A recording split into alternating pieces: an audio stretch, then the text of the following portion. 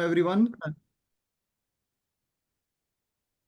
So I welcome you to this webinar organized by British Pakistani Specialist Association, which is recently set up, called BIPPO. It actually stands for British and Irish Pediatric Specialist of Pakistani origin.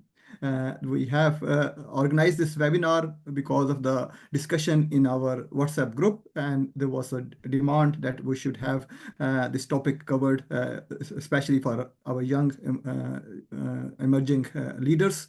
My name is Dr. Imran Zamir Abbasi, and I'm a consultant pediatrician at North Manchester General Hospital, which is part of the Manchester Foundation NHS Trust. I will start the webinar opening by the Tilawat, and I will ask Dr. Razi Rahman to start this, and then we'll have further introduction.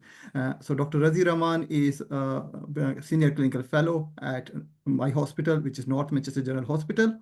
I will invite him now to please start with the Tilawat. Thank you. Over Thank to you. Thank you so much, Dr. Imran. أعوذ بالله من الشيطان الرجيم بسم الله الرحمن الرحيم فبما رحمة من الله لنت لهم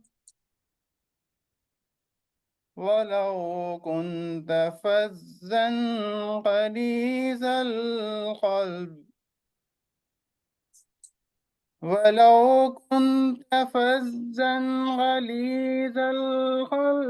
لانفضوا من حولك فاعف عنهم واستغفر لهم وشاورهم في الأمر فإذا عزمت فتوكل على الله إن الله يحب المتوكلين صدق الله العظيم. So by mercy from Allah, O Muhammad, peace be upon him, you were lenient with them, and if you had been rude and harsh in heart, they would have disbanded from you about you. So pardon them and ask forgiveness for them and consult them in the matter. And when you have decided, then rely upon Allah. Indeed, Allah loves those who rely upon him. Chapter 3, Ayat 159. Thank you, Dr. Imran. Over to you. Thank you, Razi. So beautiful message from Quran Pak. First of all, I thank all of you to join today on a weekend and taking time. I hope there will be some learning experience for everyone. I will now ask Dr. Shaida Ahmad, who has been very instrumental, and she is the one who initially took the initiative in organizing this webinar and motivated us all. I will ask her to begin the webinar and explain the agenda and also regarding any housekeeping rules. Thank you. Over to Shaida, please. Thank you, Imran. So could you please share my presentation?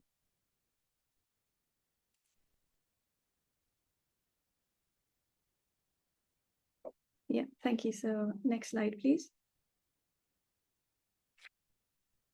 So Assalamu alaikum, everyone, and welcome. So just like Dr. Imran Abbasi has said, we are very grateful to all our esteemed speakers who have come today this morning, and they will be delivering talks. I hope that we will all find them very useful. We are very grateful to BIPPO to provide us this platform where we can all come together, we can share and learn from each other. We are very grateful to BIPPO's leadership in particular, all organizers and volunteers who helped in organizing this webinar. And as Dr. Imran said, so Dr. Imran Abbasi is a co-chair. Dr. Razi is also helping with the technical side of things. So thank you so much. Next slide, please. So as you can imagine, that leadership in medicine is a very vast topic, and it's not possible to cover it in a short webinar.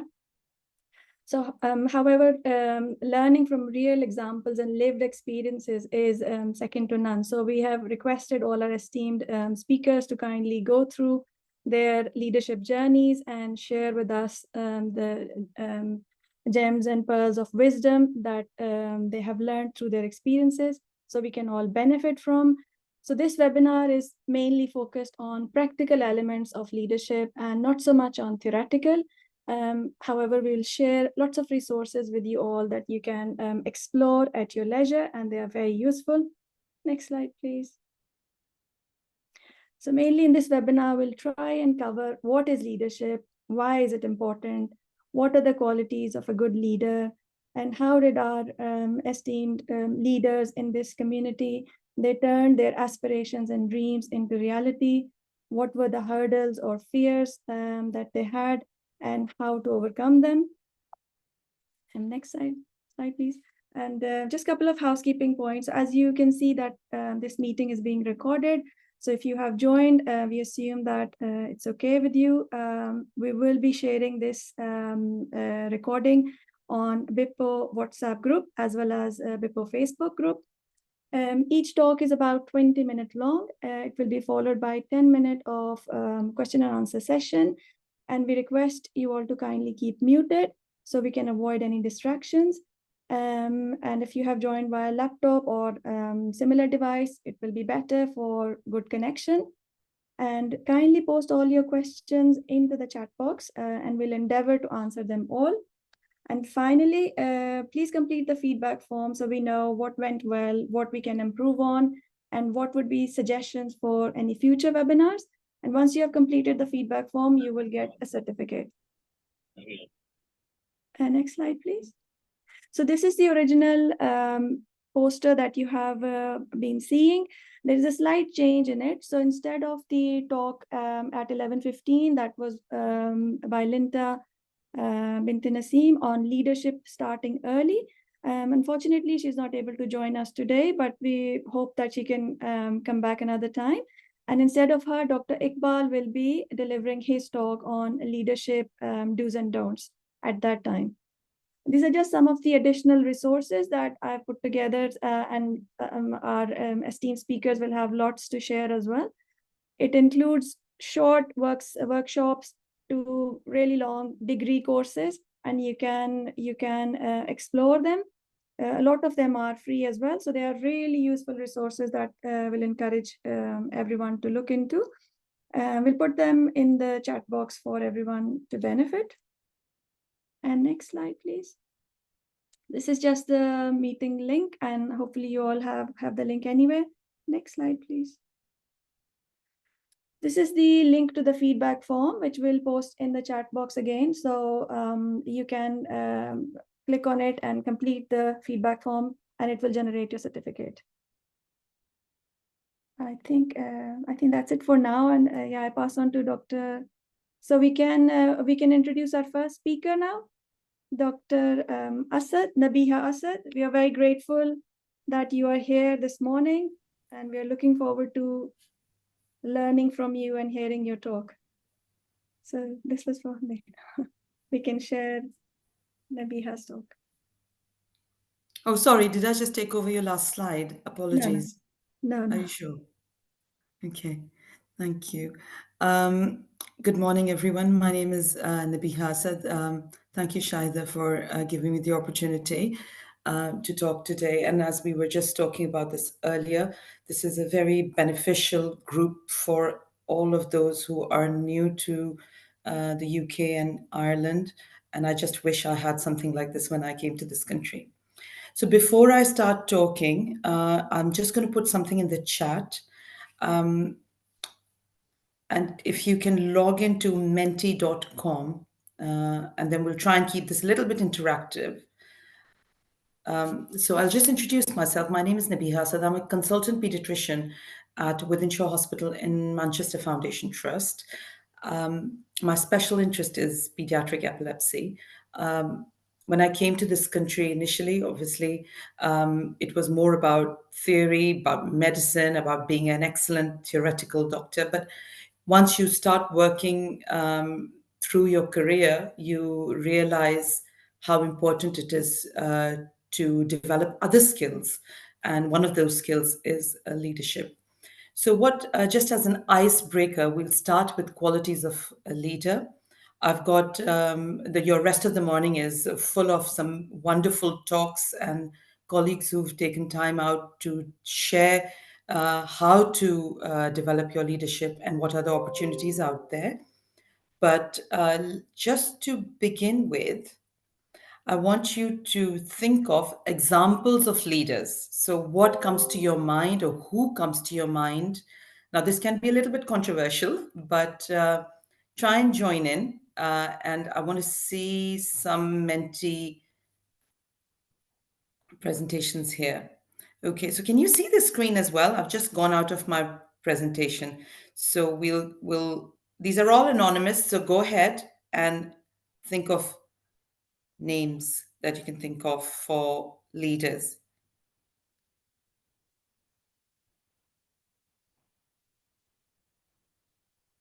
Yeah, it's a lovely word cloud building up there.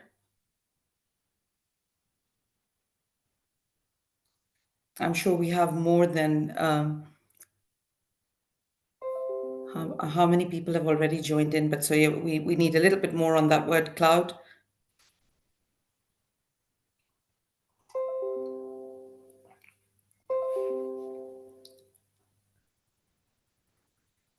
Okay.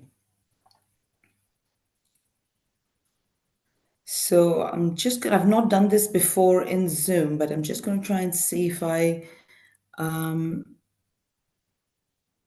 go into results because I want you to be ready for the next question as well. So lovely. So you can see everyone has got different thought processes and where there's some amazing names out there and everyone has their own ideals for who's a leader. Thank you. Thank you for that. Let's see if we can that stays there. Excellent. Okay. So my next question will be, so we've got 29 responses. Excellent. So my next question to you is, can you think of some qualities of a leader? So let me know if you can get question 2 on your mentees, or are you still getting the same? What are the qualities of a leader? What are the thoughts? Can you get the next question? Still the same. It's still the same? Is it? That's not good. Wait just 1 second. Let me just check how I can get this. Bear with me. Okay, so we've got that. Now let's go to the next question. Yeah, there we go. Do you have qualities of a leader coming up there? Still the same question? We can see the qualities of leader. Can you start putting some qualities of a leader in there using that code? There we go. Okay, great. Thank you.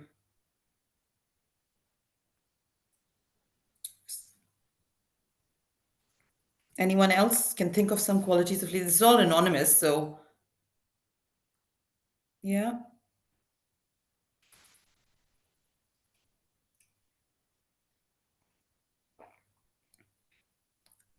Excellent. So this you already have an idea as to what you're coming in for today. So I'm going to stay on this slide for at least a minute, and then we can read through and understand what each one of you have put in there, okay? So have a little look at these beautiful words that are coming out. Team working, knowledgeable, broad thinking, good listener, assertive, motivational. Amazing words. I mean, this is what leadership is all about. Okay. So before I get out of this, I want you to have a good look of the screen, and then we'll talk a little bit further.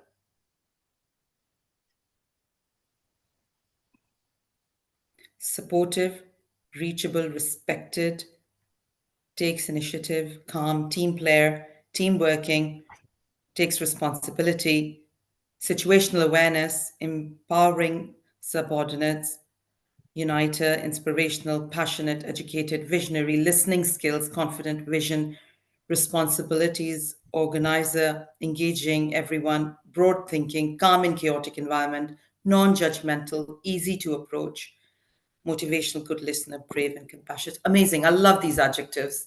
So let's get out of this for now and come back to my presentation. Okay. So there's been research, and upon research, decades of this research, best leaders consistently possess certain fundamental qualities and skills. And these are the 12 essential leadership traits. I got this paper actually from BMA that you can look into about these 12 qualities of becoming a good leader. You've already talked about most of these. I think you've gone ahead more than those 12 qualities in that word cloud. But self-awareness, respecting yourself and everyone around you, having compassion, having a vision of where you want to head, communication, written, verbal communication, as well as body language. Learning agility, how quick you are to learn from a mistake or another person's mistake, or how quick you are to adapt yourself really to a situation. Collaboration is extremely important. In today's world, you should not be thinking of being a lone worker. So collaboration, influence, how you influence or how others influence you, integrity, courage, gratitude, and resilience. I don't want you to go into the word cloud again, but I want you to look at those 12 and put in a piece of paper somewhere. If you had to choose just 2 of those qualities to be a leader for yourself, what are the 2 qualities you would like to choose? It's difficult, but you only have the option to choose 2 qualities that are a must for you to be a leader. Okay? So you've got 10 seconds to choose 2 qualities out of these 12 for yourself.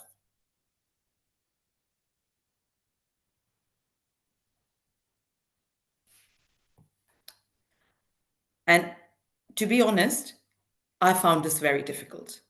I find each one of them extremely important and helpful. And if someone asks me to choose just the 2 qualities to be a leader, it is hard. Okay.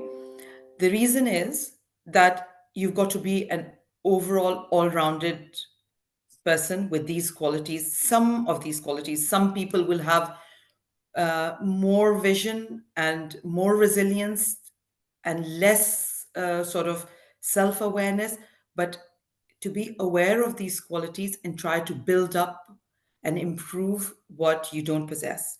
Now, this is obviously, I'm not going to go through a psychology testing here, but there are different leadership webinars out there and leadership courses where you will learn about yourself and about your team, and you can book onto them. Okay, so what is leadership and management when it comes to us for doctors?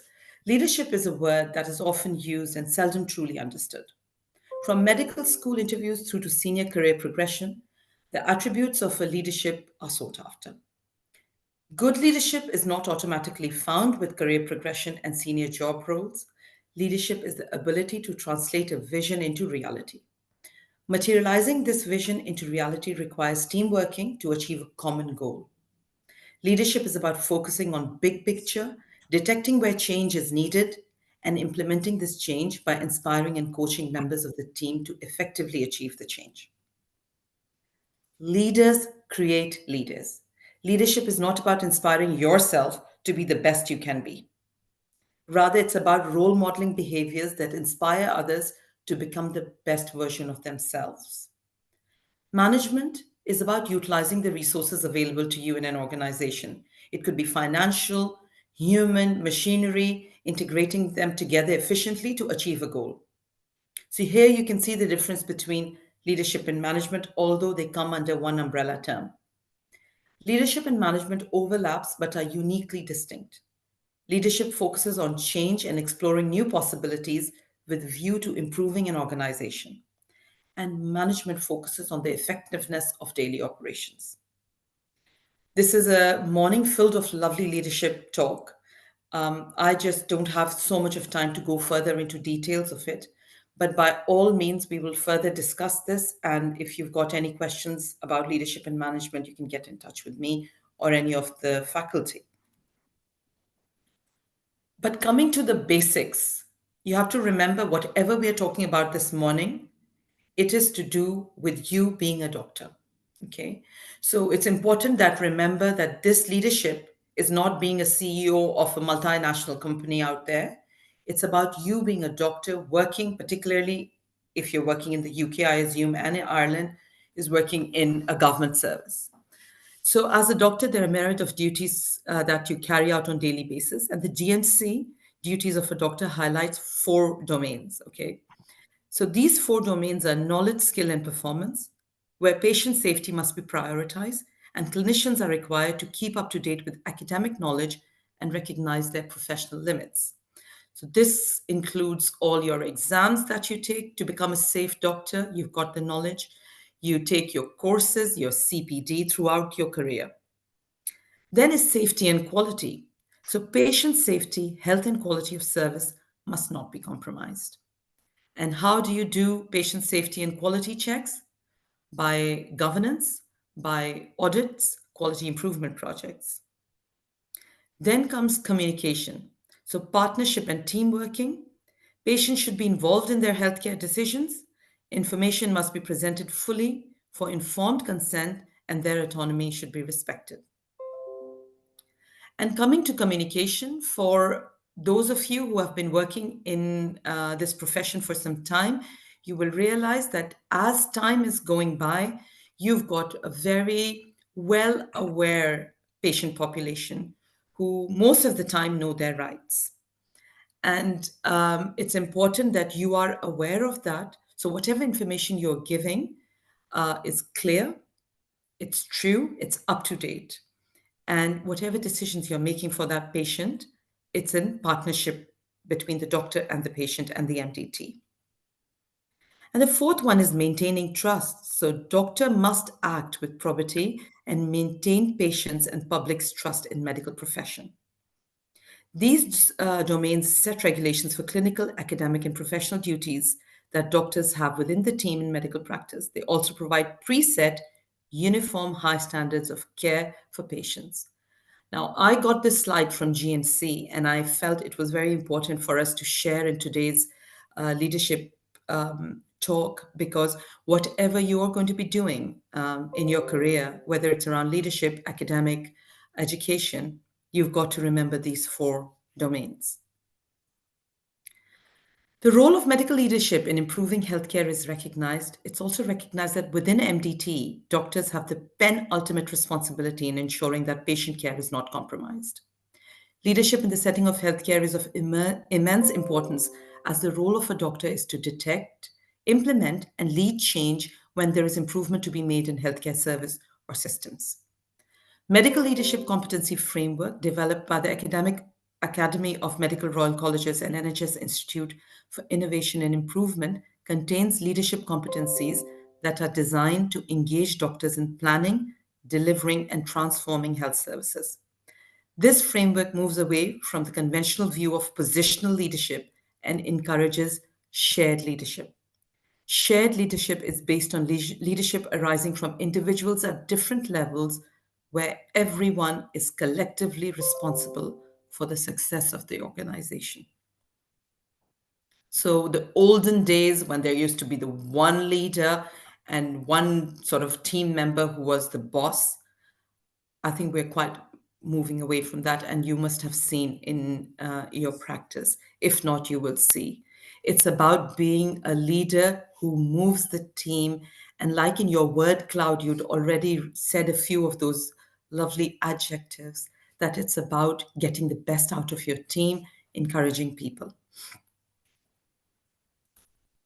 Now, we will go back to the word cloud, and I want you to think of ways to engage in medical leadership roles whilst your career in the UK or Ireland. And let's look back into our word cloud one more time to see what we can get. Just bear with me, I'm going to come out of this.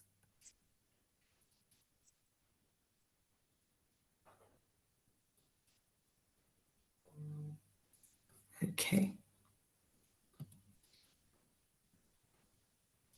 So this is the last one. So I hope you get this question, and I want to get your views on what are the ways you think medical leadership can be you can engage into medical leadership at work. So try and see if you can put some words in there, and I'll see if I've got any responses coming through.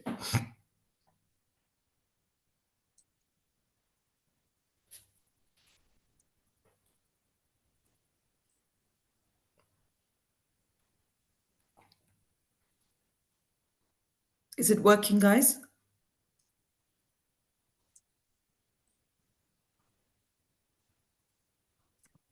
Either it's not working or you all have been No, so bored. we can't see the next slide hasn't moved. Okay, just 1 second. Can you see it now?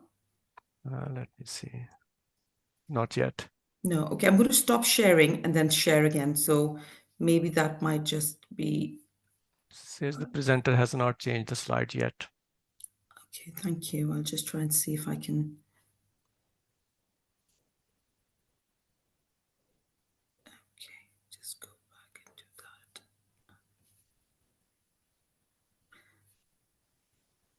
Okay.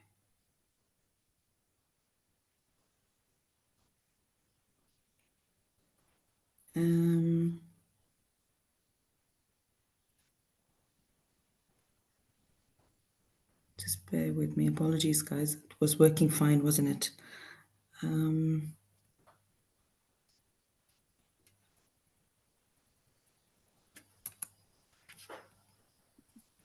Nabia, we can see the Menti results slides at the moment. Can you see Yeah. this one now? Yeah, Now it's the correct one, yes. Yeah, it's right. Oh, great. Okay. So how about putting some ways to engage in medical leadership? Thank you. Yeah, go for it. Education. Lovely.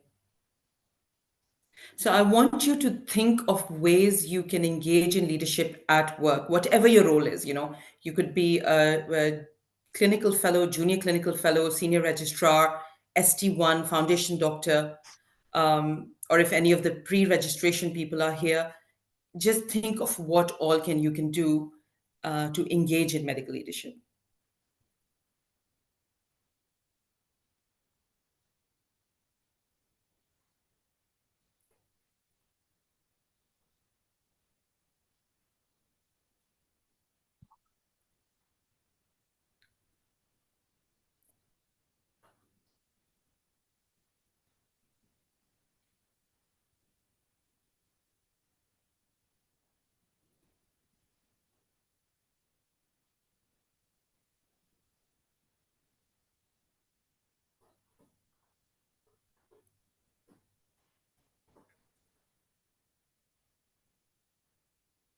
Some excellent thoughts here.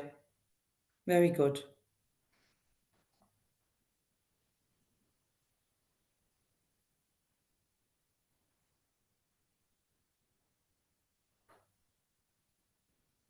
Okay, I'm going to give 10 more seconds and then I'm going to come out of this cloud.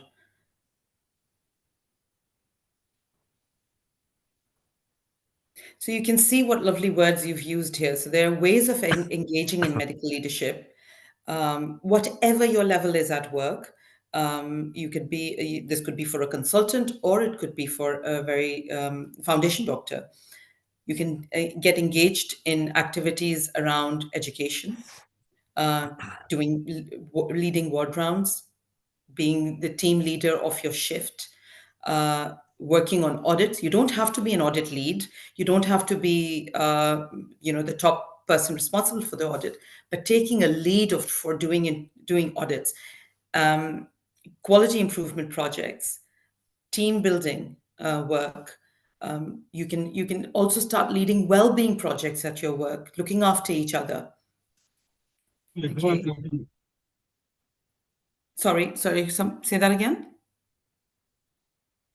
Okay. So yeah, these are the ways of sort of finding opportunities at work to be able to engage in leadership. So let's come back to my presentation again, and just a few more, actually the last slide here. I'm going to put this in your chat box, and this is just about the Leadership Academy and the leadership model that I thought was quite helpful. Don't worry about this, it will come into your chat box. And then this second one is from the Leadership Academy. It's Developing Medical Leadership Toolkit, which I found was quite helpful to give you ways and ideas to engage with leadership at your work. Obviously, it depends on what level of seniority you are, but please start as early as possible to engage in whatever leadership opportunities there are in your department. I'm going to put these in the chat box just just soon after this presentation, really. So I think that is from me. I'm happy to take any questions. So feel free to put any questions there and we can go through it. I'll stop sharing for now.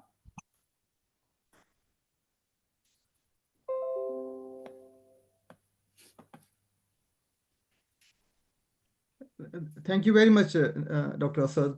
I think, Shaida, you want to lead it on this? Looking at the chat box, we don't have comments. Thank you. And I think a lot of, everybody likes the presentation, and they have given a lot of this responses instead of Menti. Maybe some people did not have the code because it was shared in the beginning. Oh, I'm sorry. So there were a lot of answers in the chat as well. So I think the participants are engaging, but I'm so sorry. Apologies. I thought I'd put the Menti code right at the top before we started, but never mind. I hope you found it useful for those of the other team members who used their Menti and put their words in. Thank you. Excellent talk. Shaida, you want to say a few things and then we'll move to the next one. Thank you so much, Dr. Asad. It was really useful and very interactive. I just have one question for you. So you are a consultant pediatrician with interest in epilepsy, and you have completed post-CCT fellowship in complex epilepsy. So what was the route? How did you go about that? Yeah, Shaida. So those of you who are aware of the portfolio pathway, I took the portfolio pathway to become a consultant, and afterwards, I always had interest in epilepsy. So during my training through this portfolio pathway, I'd already started doing epilepsy clinics at my local DGH hospital with one of the consultants. And then an opportunity came in my tertiary unit for a complex epilepsy fellow. And it was an interview process. Because it was sort of advertised as a post-CCT fellowship, and there are loads of these in tertiary specialties, whatever your interest is. So I would recommend you, whoever's interested in developing their skill and knowledge further, to please do not jump into taking the consultant post very, very quickly. And if you get the opportunity to do the post-CCT fellowship, I got this opportunity where I completed my SPIN module, which is one of the modules from Royal College of Pediatrics. And I did that for epilepsy for about 18 months before I took on the consultant role. And my personal experience is that if you have an opportunity to get a post-CCT fellowship in your special interest, please do that before you jump into a consultant role. However, this is different to grid training. It's not grid training. Grid training is 3 to 4 years, which is different for different specialties.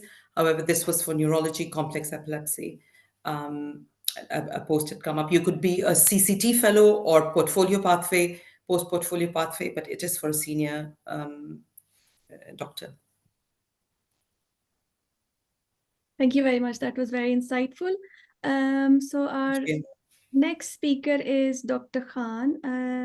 Not sure if we have Dr. Jamil Khan in the audience. While we are waiting, Dr. Imran, if you would like to say a few words about BIPPO. Yeah, sure. I can start at the meanwhile while we're waiting for Dr. Khan. But Dr. Jamil Khan, if you join the meeting, if you're already there, please just let us know so that we can just start with your presentation as soon as mine is finished.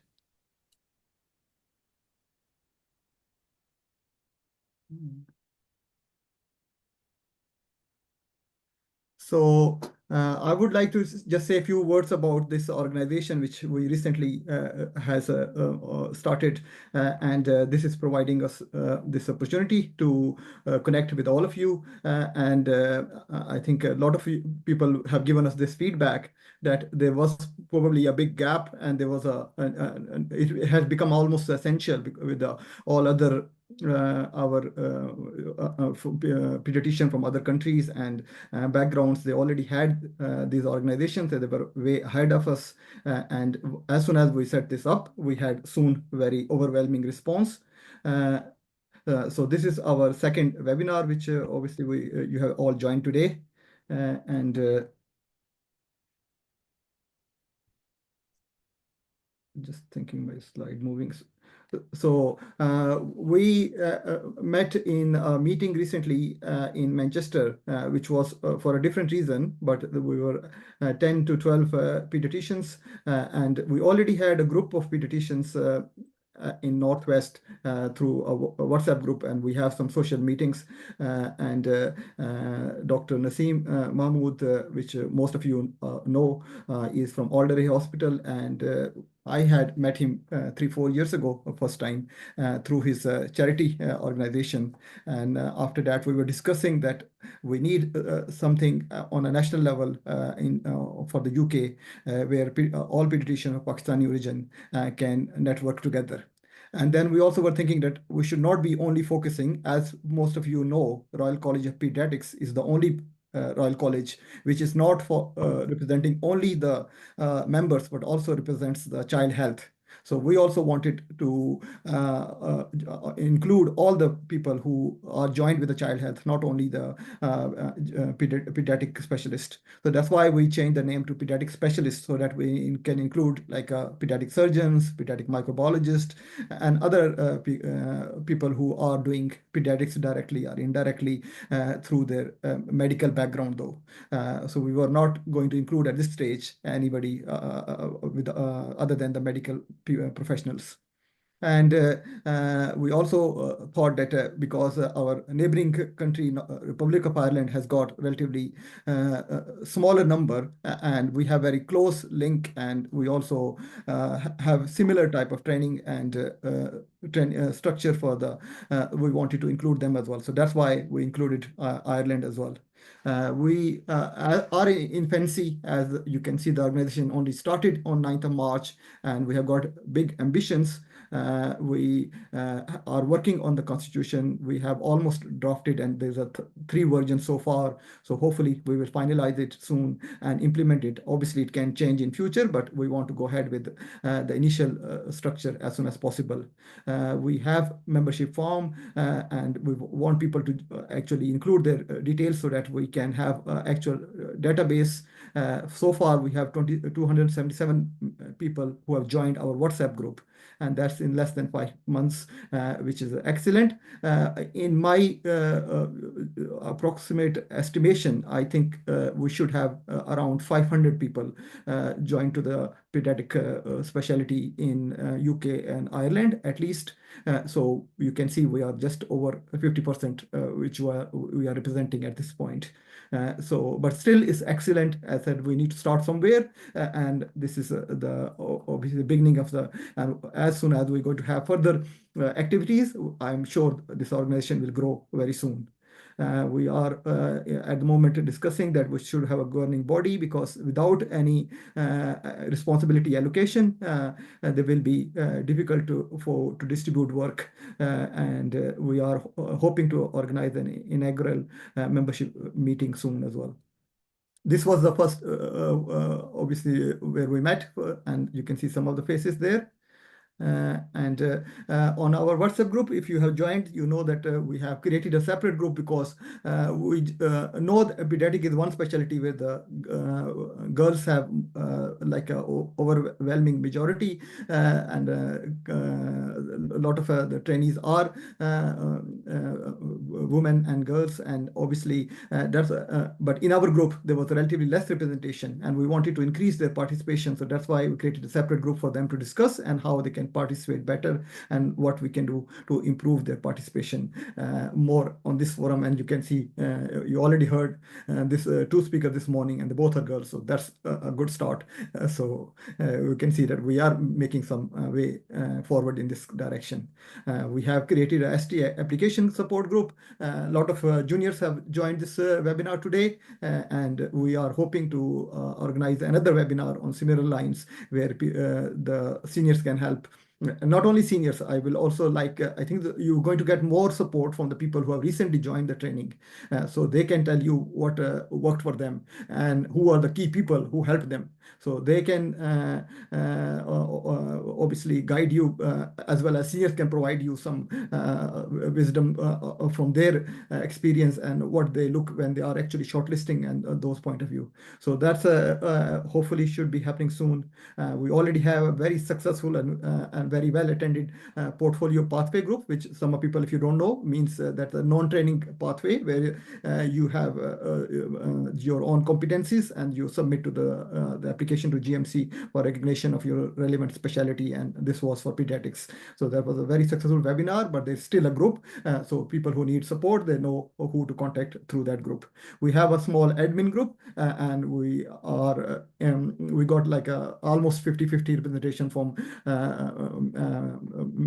women and men side, so that we want to run this organization on equal basis, so that it's catering for the whole of all the members. We are in the process of thinking about how we can progress further as an organization. We need to build up our website. Currently we have a WhatsApp group and a Facebook group.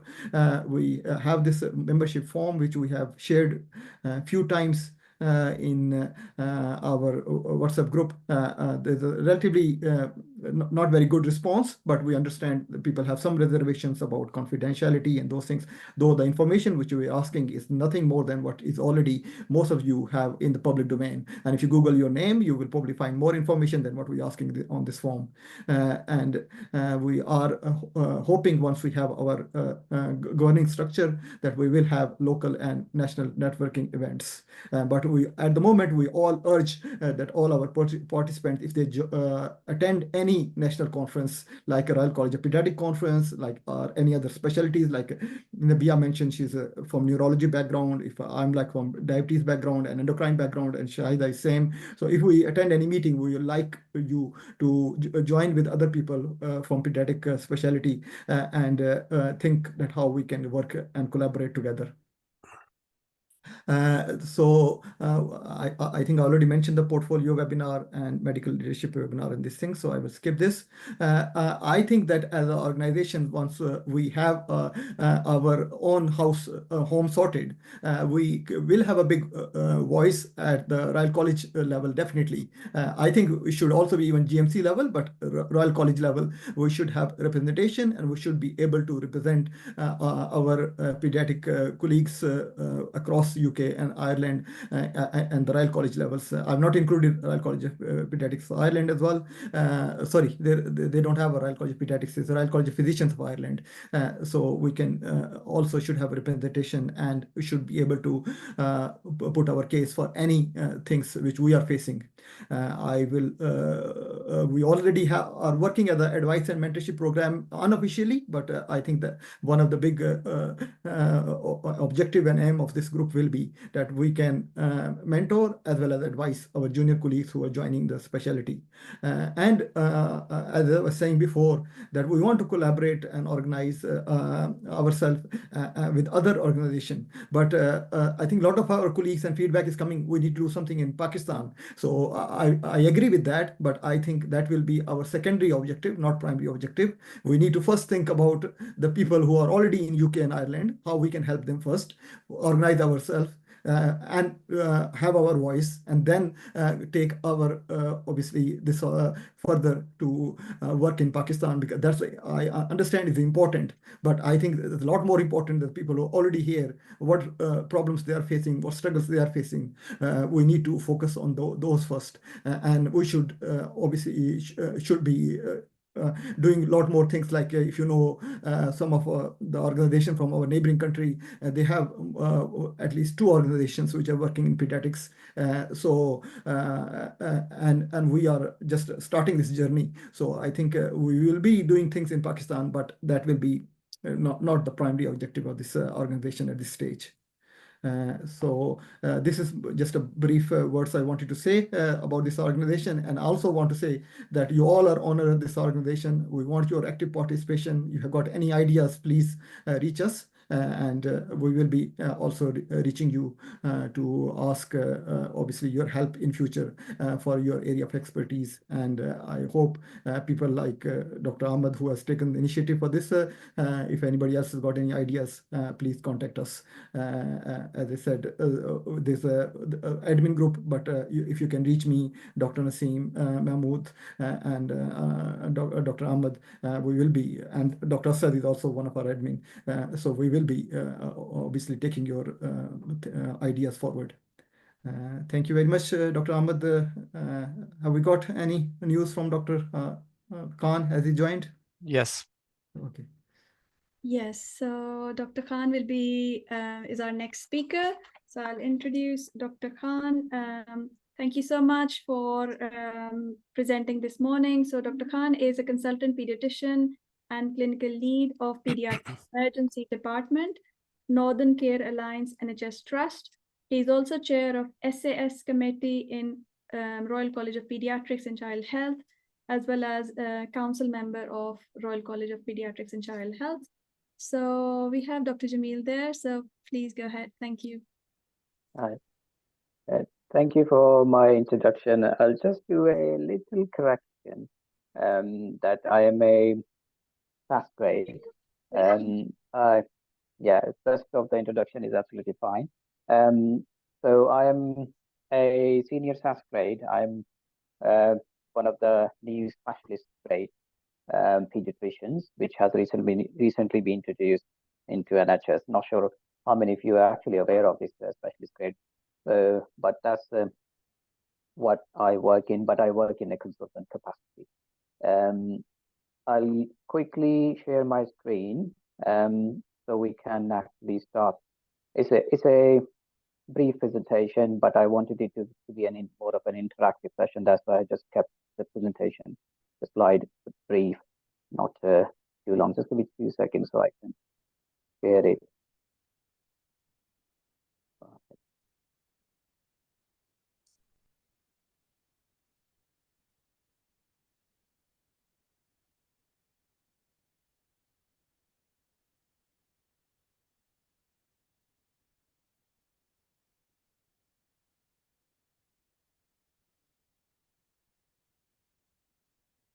Perfect. Can you guys see my screen or still not? Not yet. Not yet, Jamil. Right. Still no success? Or can you see it?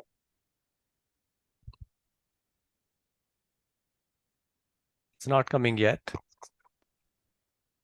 Right. Let me just navigate a little bit because I'm trying to share it, but things is going from my side, but it's not coming up onto your screen. Let me just Dr. Naseem, is it only me or the voice is a bit low? Oh, okay. can you not hear me clearly? Yeah, we can, but I think initially earlier on the voice was a bit better, but maybe it's only me. I'm not sure. Yeah, I think if you're not using the headphones, then probably it can be slightly less clear and muffled. But if you can get as close as possible, and if you can try to reshare your screen again. Thank you. The voice is quite clear. We are able to hear you. Yeah. Okay, right. So that's a good news. Just trying to sort out if we can get my screen to be shared, because I can see it shared in my laptop, but it's just not probably popping up over there. Let me see if I can do it in another way, basically. Or if you would like to share, send it to one of us and we can share. Oh, I'll send it to yeah. I'll just WhatsApp you just now, if that's okay.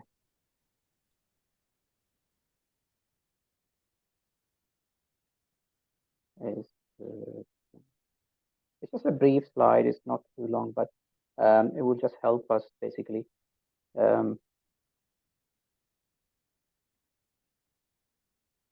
Talk through this.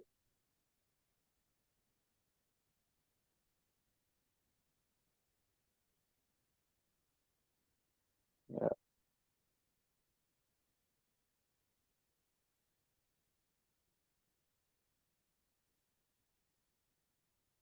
Yeah, I've just sent it through.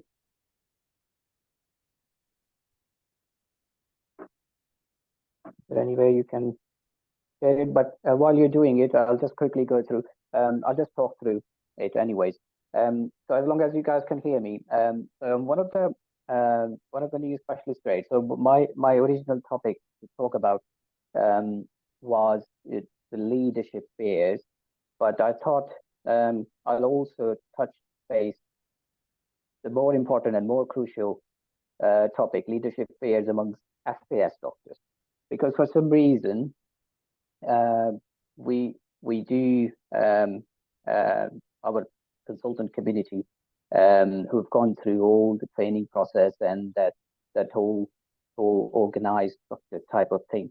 They are kind of more active and more kind of comfortable taking up leadership roles, senior leadership roles, and they do get adjusted among those roles well. But the SVS grade, especially the international medical graduates, IMGs, I wouldn't say especially Pakistani region pediatricians, but we do struggle to really get adjusted well into the leadership roles. And that actually starts from very beginning. From the very beginning, I mean, there is a hesitation in taking up a leadership role, a senior leadership role, for some reason. Let me talk through my journey, and then I'll just quickly go through some main headlines. What obstacles, basically, we think that we would encounter, and they are actually an obstacle. So how to deal with those. So I basically first started to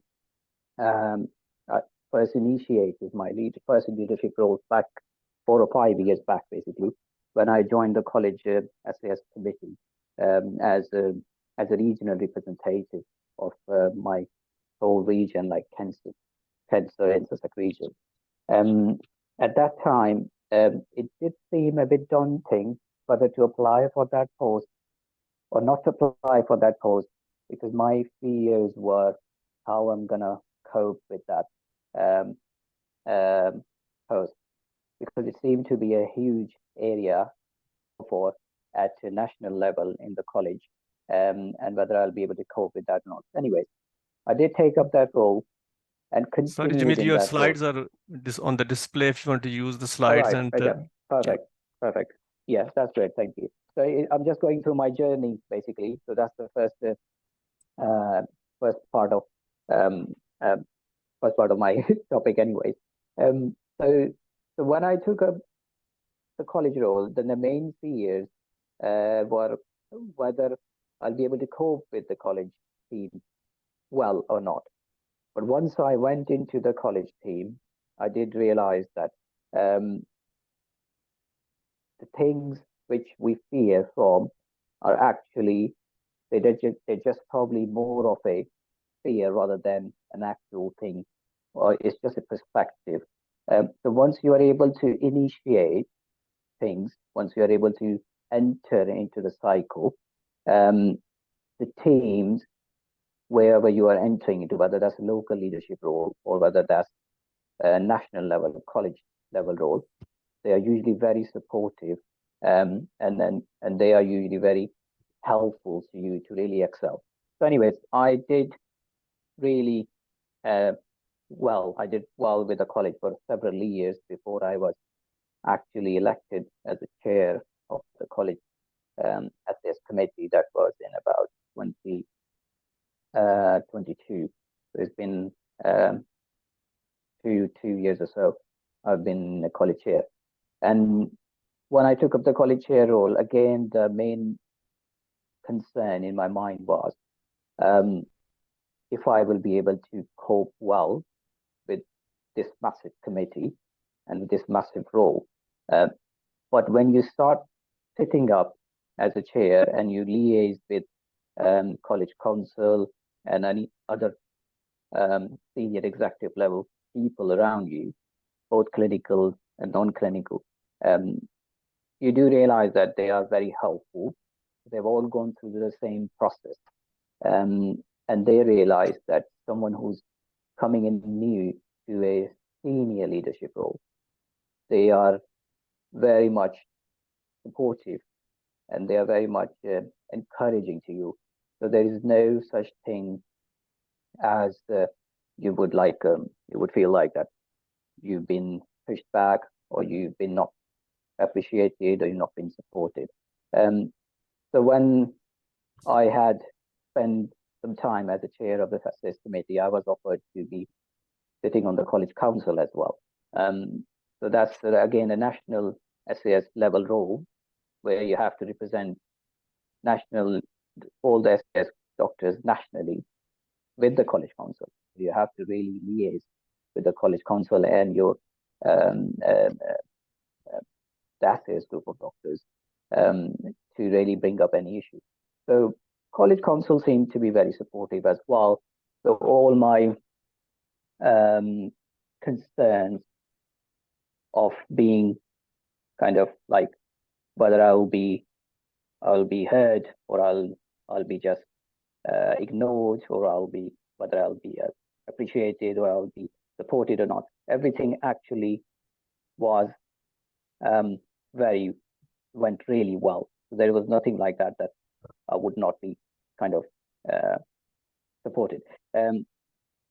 I'll probably just now highlight here a few things which you would still need to have in you basically to be able really to do well at national level roles, college roles, especially when it comes down to international medical graduates. Obviously, we English is not our native language, most of us. So being really fluent in English and making your way in a British way when you do the language, when it comes down to language, it's not just English, it's how you would really use that language in a British way. So that actually really important. And that is part and parcel of your daily work anyways, daily NHS work. That is part and parcel of your exams, your whatever interaction you do on a daily basis. So if you are doing well on a daily basis in your clinical interaction and your daily routine, you're supposed to do well at a leadership role as well, whether it's a national leadership role or a local leadership role. So it's the best assessment is whether you are doing well in your daily routine type of work. So if you feel like you are happy with that, you should be able to do well in any leadership role. Regarding the communication skills, again, it's your self-assessment. and again, probably it's the same thing. If you seem to be doing well at your routine workplace, if you think that you've passed, some of us have passed exams as well, and that they've gone through several stages of being tested for your communication skills and stuff like that, then there's no point that you hesitate taking up any leadership role. You should really go ahead and take any opportunity, grab any opportunity. And once you enter in any leadership role, the things become easier and smoother anyways, because people around you are supportive. I will also mention that I'm the clinical lead of my department also. So, so how did I take up that role, and how did I do well? I mean, it's been in over a year or so. My college role actually really supported me, really helped me. They actually encouraged me that I can do well in my daily usual routine practice also. So it helped me step up and take up this role when I was offered this role. I don't think I would have been very comfortable taking a clinical lead role as a FPS grade if I was not already working in national leadership role at college level. So when you have gone into one leadership role, it just really opens up door to several leadership roles, and it just helps build your confidence. The confidence is the key. Not being overconfident, but confidence is the key. So that brings me to my next topic, which is fear of being wrong. Actually, when I say confidence is the key, you have to be careful, keeping a balance between being confident and overconfident, but don't be underconfident as well. Most of us might think that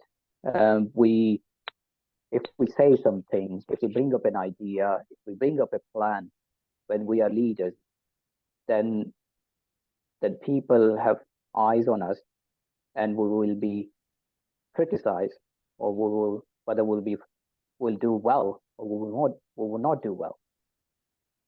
What I have realized in my journey is that as a leader, you're not expected to be perfect. Leaders are not perfect. Neither anybody else is perfect. So if you've got an idea, you've got a plan, and it doesn't really go well, it's fine. You are not really supposed to provide a perfect plan. That's what the leaders do. Basically, they put up ideas. There are going to be several ideas you put forward, several strategies, several plans forward before some of them actually do and go very well. It does not necessarily mean that you've not done well or you've been wrong, but it just means that you've been perfect, as is every other human being. If the last bit of this fear of being wrong is that if you think that the leadership role is not suiting you well, there is always a chance. Not everybody can be successful with the leadership role.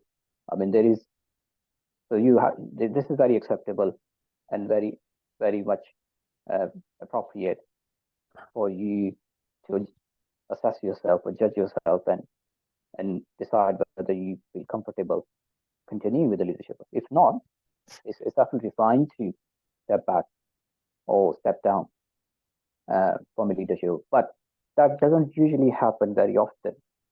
In my experience, when one leadership role opens up the door to several leadership roles, and as you go on your journey, you become more and more comfortable. And there comes a point basically when you say that, oh, I'm actually had enough leadership roles. that's more than enough for me. But it won't stop there. So, anyways, it's just briefly about my own journey and my own kind of thoughts and the steps I took.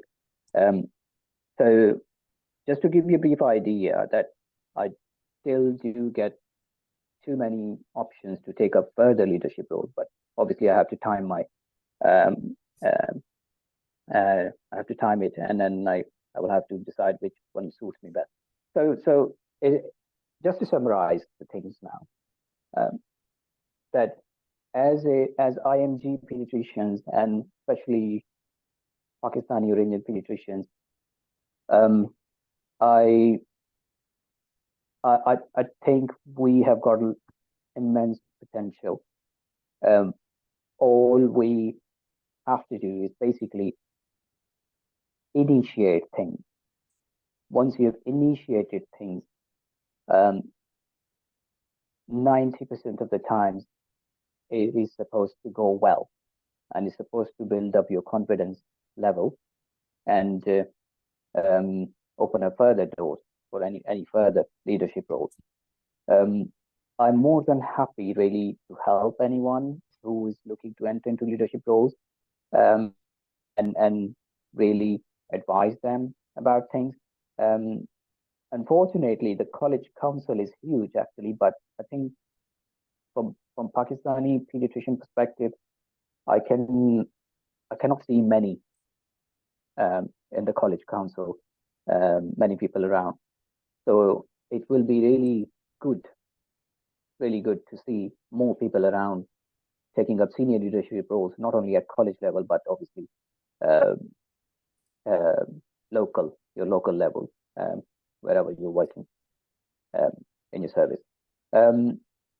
Yeah, I think that's briefly about what I wanted to say, but I also want to keep it a little bit interactive. So if there are any questions coming up, I would be very happy to take and answer those.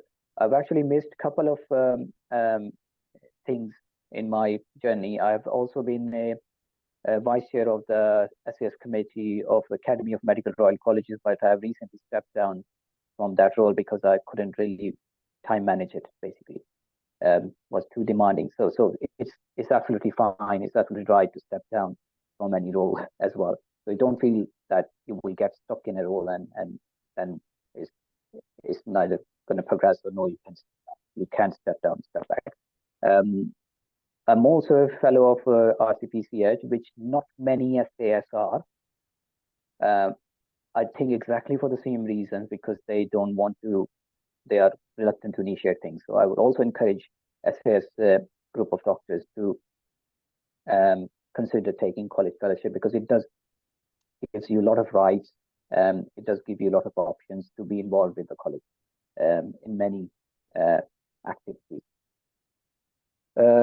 So yeah, I think I've summarized it, and I'm happy to take up any questions or any thoughts. Can I ask you a question, please? Yeah, sure. Basically, I want to ask that, like in a leadership role, whenever we are dealing with patients or a number of patients, or in the ward when we are dealing with the, like you can say, the relatives of a patient, and if there are some language barriers and we don't have anyone like language translator with us, so how to overcome this and how to escalate things? I think that's all very much local service based thing, and most of the NHS trusts, they have got NHS interpretation service. Usually there's an NHS interpretation line. As many trusts I've worked, they've all got these NHS interpretation telephonic line service. Not sure whether your trust have got that or not. The best way to do it is to actually get that interpretation service rather than getting it wrong. So it's very important that you don't get things wrong. For example, getting a colleague or someone who can speak a broken type of a broken language, or if there is a sensitive issue, so it can go a little bit wrong if you want to get someone just to translate or interpret from around you who can speak a little bit of the language. So the formal way of doing it is getting an NHS interpreter, not only because you are highly likely to get it right in terms of interpretation, but also because of the data protection and other sensitive issues, especially if there is a safeguarding concern or other things. You wouldn't really want that to a third person being involved when it's sensitive information. So have you not got that interpretation service line, telephonic line at your local department? I was recently doing a clinical attachment, and I don't want to share the name of the trust. I want to keep it confidential. And the kind of a language was not present on that. It was some African country's language, and it was not present.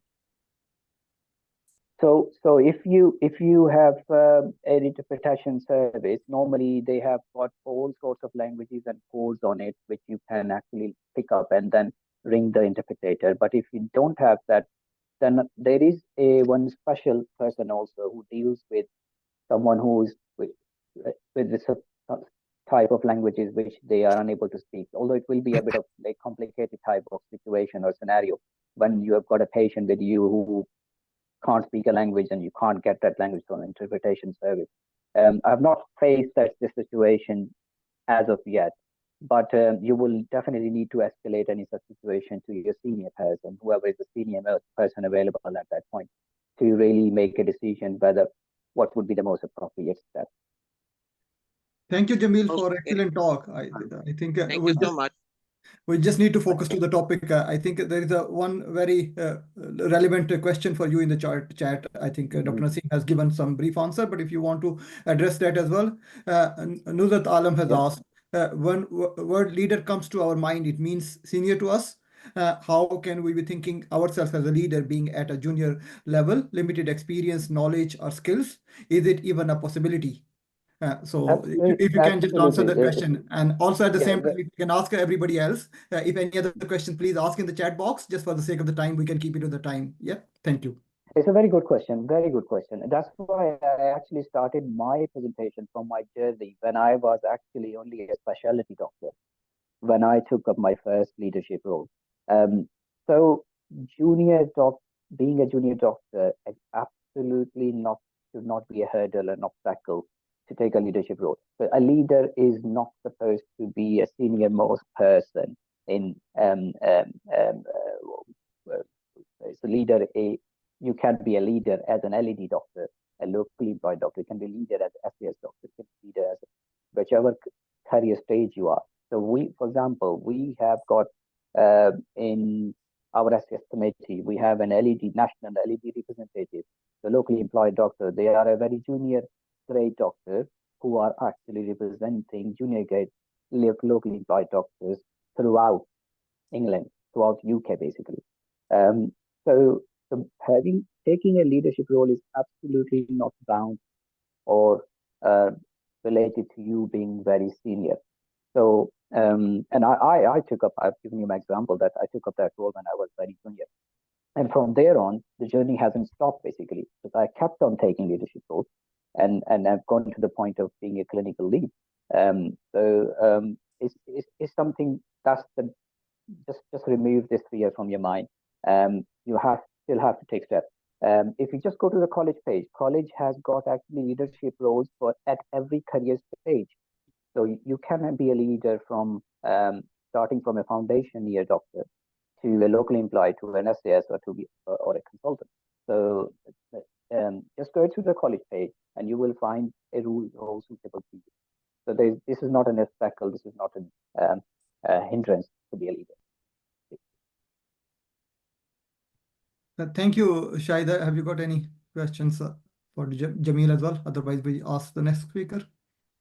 So I think, thank you so much, Dr. Khan. It was really helpful. And actually, I think most of us can relate to what you have tried to cover. And I think it's within our minds a lot of times that we just can't do it.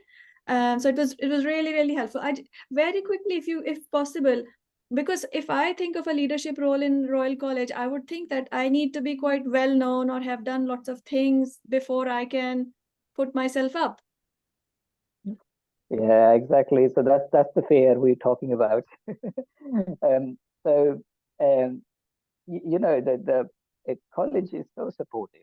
It's so supportive that it would really appreciate someone only applying for the role. I mean, taking up a role is a different thing, but even if you only apply for the role, they will appreciate it so much. They will really get in touch with you. They will give you a proper introduction of the role and the proper description, responsibilities. Whether you are chosen or selected for the role or not, they will still give you that whole description. They will have a pre-meet with you. They will explain things with you. They will try to keep. They will try to basically bring your comfort level. Actually, they will try to make you comfortable before you are able to even take a role. For example, when I took up the role first, the SAS committee, I was met with the college registrar. So college registrar actually had a pre-meet with me, and we had a very friendly, informal chat. In a way that we actually become, we found like we are friends with colleagues. So this goes, it goes along, it goes the same way now, because if someone applies to council committees, we or myself will have a pre-meet with them. We will have a informal chat with them. We will actually see whether how comfortable they are. So it's not about how many achievements you have got in past or on your portfolio. It's about how passionate and how confident you are about the things. Confidence just come in with time anyway. So it's something which just develops up over the time. But if you are passionate, and if you have an aim to do things, that's what college needs, basically. Nothing more than that. Brilliant. Thank you so very much. So I think we'll move on to our next speaker. So Dr. Imran, I'll let you introduce. Yes, I think our next speaker can also answer some of those questions you asked about the Royal College. And I got a distinct honor to introduce Dr. Iqbal, Dr. Javed Iqbal. And I have also honor of being his trainee, and he is a consultant pediatrician in NHS for 30 years. Most of his time is at East Lancashire Hospitals, which is in Blackburn and Burnley, if some of you know. He's also guardian of safe working hours for the last 8 years. He has previously worked as Royal Manchester Children's Hospital, and he was also assistant professor of pediatrics at my mother institution in Pakistan, Pakistan Institute of Medical Sciences in Islamabad. And he has been previously foundation program director. He has also been the clinical director for the family care division in his trust, and he has been on various Royal College committees for over the years, and he has been in the trustee and Northwest representative. He has also been on Health and Safety Committee and the member of finance in the Royal College of Pediatrics. He's a senior college examiner for membership exam, and he's also host, and he has been overseas examiner, and he has also played his role in taking the college exam to Pakistan. He has also got a previous role as a president and chairman of Pakistan Medical Association in UK, which was the first doctors representation organization in UK, and is still active. So he has achieved this numerous accolades in his career, and today he will be sharing some of the insights from his career and some pearls of wisdom from his experience for the future leaders in our audience. So over to Dr. Iqbal, please. Thank you very much, Imran. I think it's rather embarrassing and humbling. I think we all have limitations, and one of the limitations that I'm going to confess to right at the beginning is my relative unfamiliarity with this platform, Zoom. So Shahida very kindly agreed to display my slides and help me progress through. But before I start, can I just kind of deal with the last question. I think one of the important things is to work towards higher and higher aims and objectives. And I think, why do you want to do it? It could be any one of the reasons, but the way I see it is, if the God has given you an ability, I think it becomes a responsibility to utilize that ability to everyone's benefit to the best of your abilities. So in a way, it's not so much of personal achievements, is contribution to this kind of societal level. And so whatever your final aim is, objective is, you work towards that. You start from the bottom, broaden your skill levels and skill mix, and go up and up to be able to contribute more and more.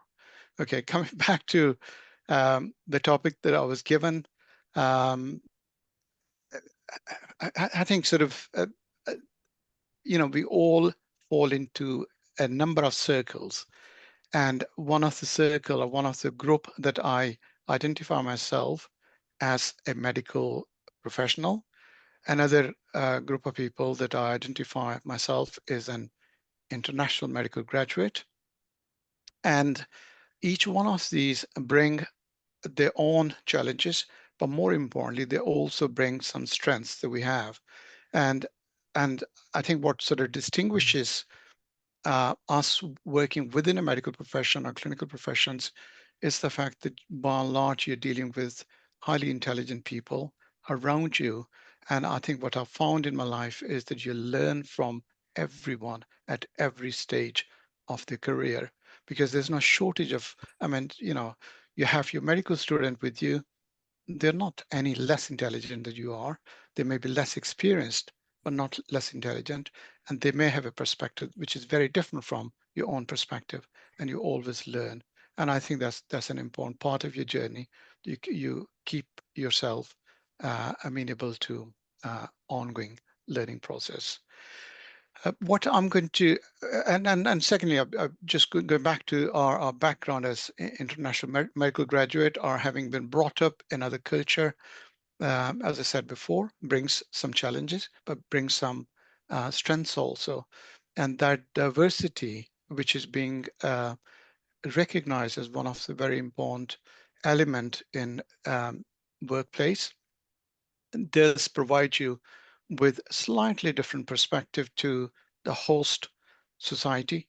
And whereas you're constantly learning from your host society, you may also be able to contribute to the betterment, considering your previous lessons learned in a slightly different environment. And to use one simple example, the kind of Western culture increasingly has become very process orientated, which is for very good reasons. However, there's a risk in that, and the risk is that you may move away from result orientation. And I think what we have to do is to, which I think, I do feel that, I think with the background that most of us have, that is a benefit of having some result orientation, provided you work within the sort of parameters which are the right parameters and do not cut corners. So I think so you can achieve a bit more having a good mix of these orientations. Okay, now what I'm going to do is essentially basically fall back on my exposure to various roles and what I've learned there. So it's bound to be a bit of opinion. And as medical professionals, we value the evidence. Having said that, I do feel that anecdotal experience and experiential learning has some benefits also. So it's a combination of looking at the evidence, being able to look at the evidence, but also being able to reflect on your experiences and the lessons you learn from there. Okay, so if we just move on to the next slide, please. Yeah, just to, sorry to interrupt, Dr. Iqbal, I'm sharing your slides. So Oh, yeah. sure. Okay, please share. Thank you. Okay. Right. We're still on the first slide. Okay.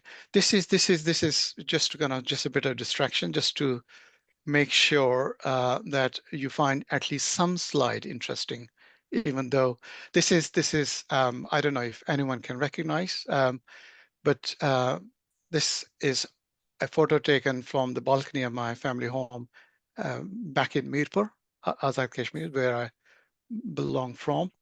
And it's a nice day, September last year. And nowadays you can hardly see beyond half a mile due to pollution, but this was one of those days. And the next photograph is another, if we move to the next one, this is Mangla Lake, and they're this is at the forefront is the Mirpur city, and across the lake is another small town, Kalchakswari. Okay, hopefully there'll be some sort of further interest. Okay, now the 2 or 3 things I wanted to sort of reinforce was, number one was what I've tried to do in this talk is to fall back on the resources of information which are outside the traditional medical professional resources. We all are familiar, most of us are familiar with Leadership Academy, NHS Leadership Academy, and all the information, all the tools that have been developed.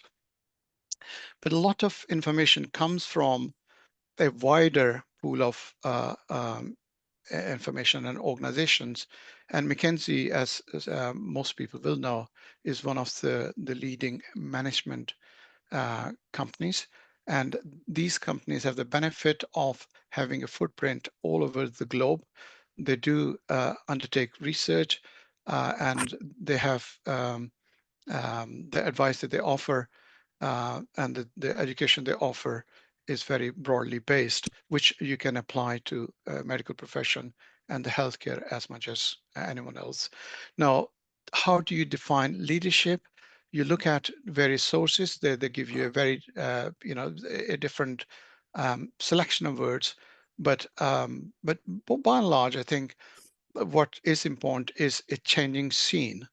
And that changing scene is reflected. And for example, if I take this definition offered by McKinsey, there's emphasis on behaviors, there's emphasis on alignment, there's emphasis on collective direction to be set, and there's focus on executing strategic plans and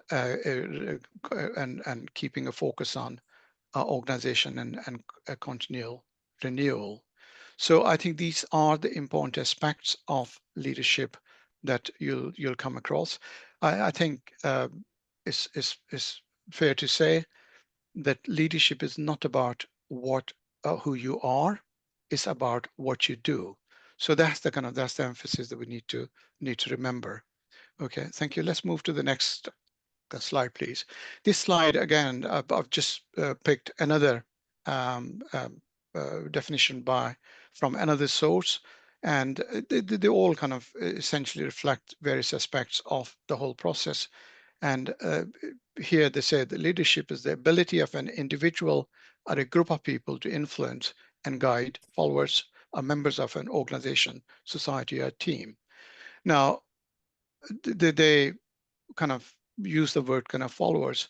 I think the one thing that distinguishes us in medical profession from some other organizations is a relative equality in terms of our abilities.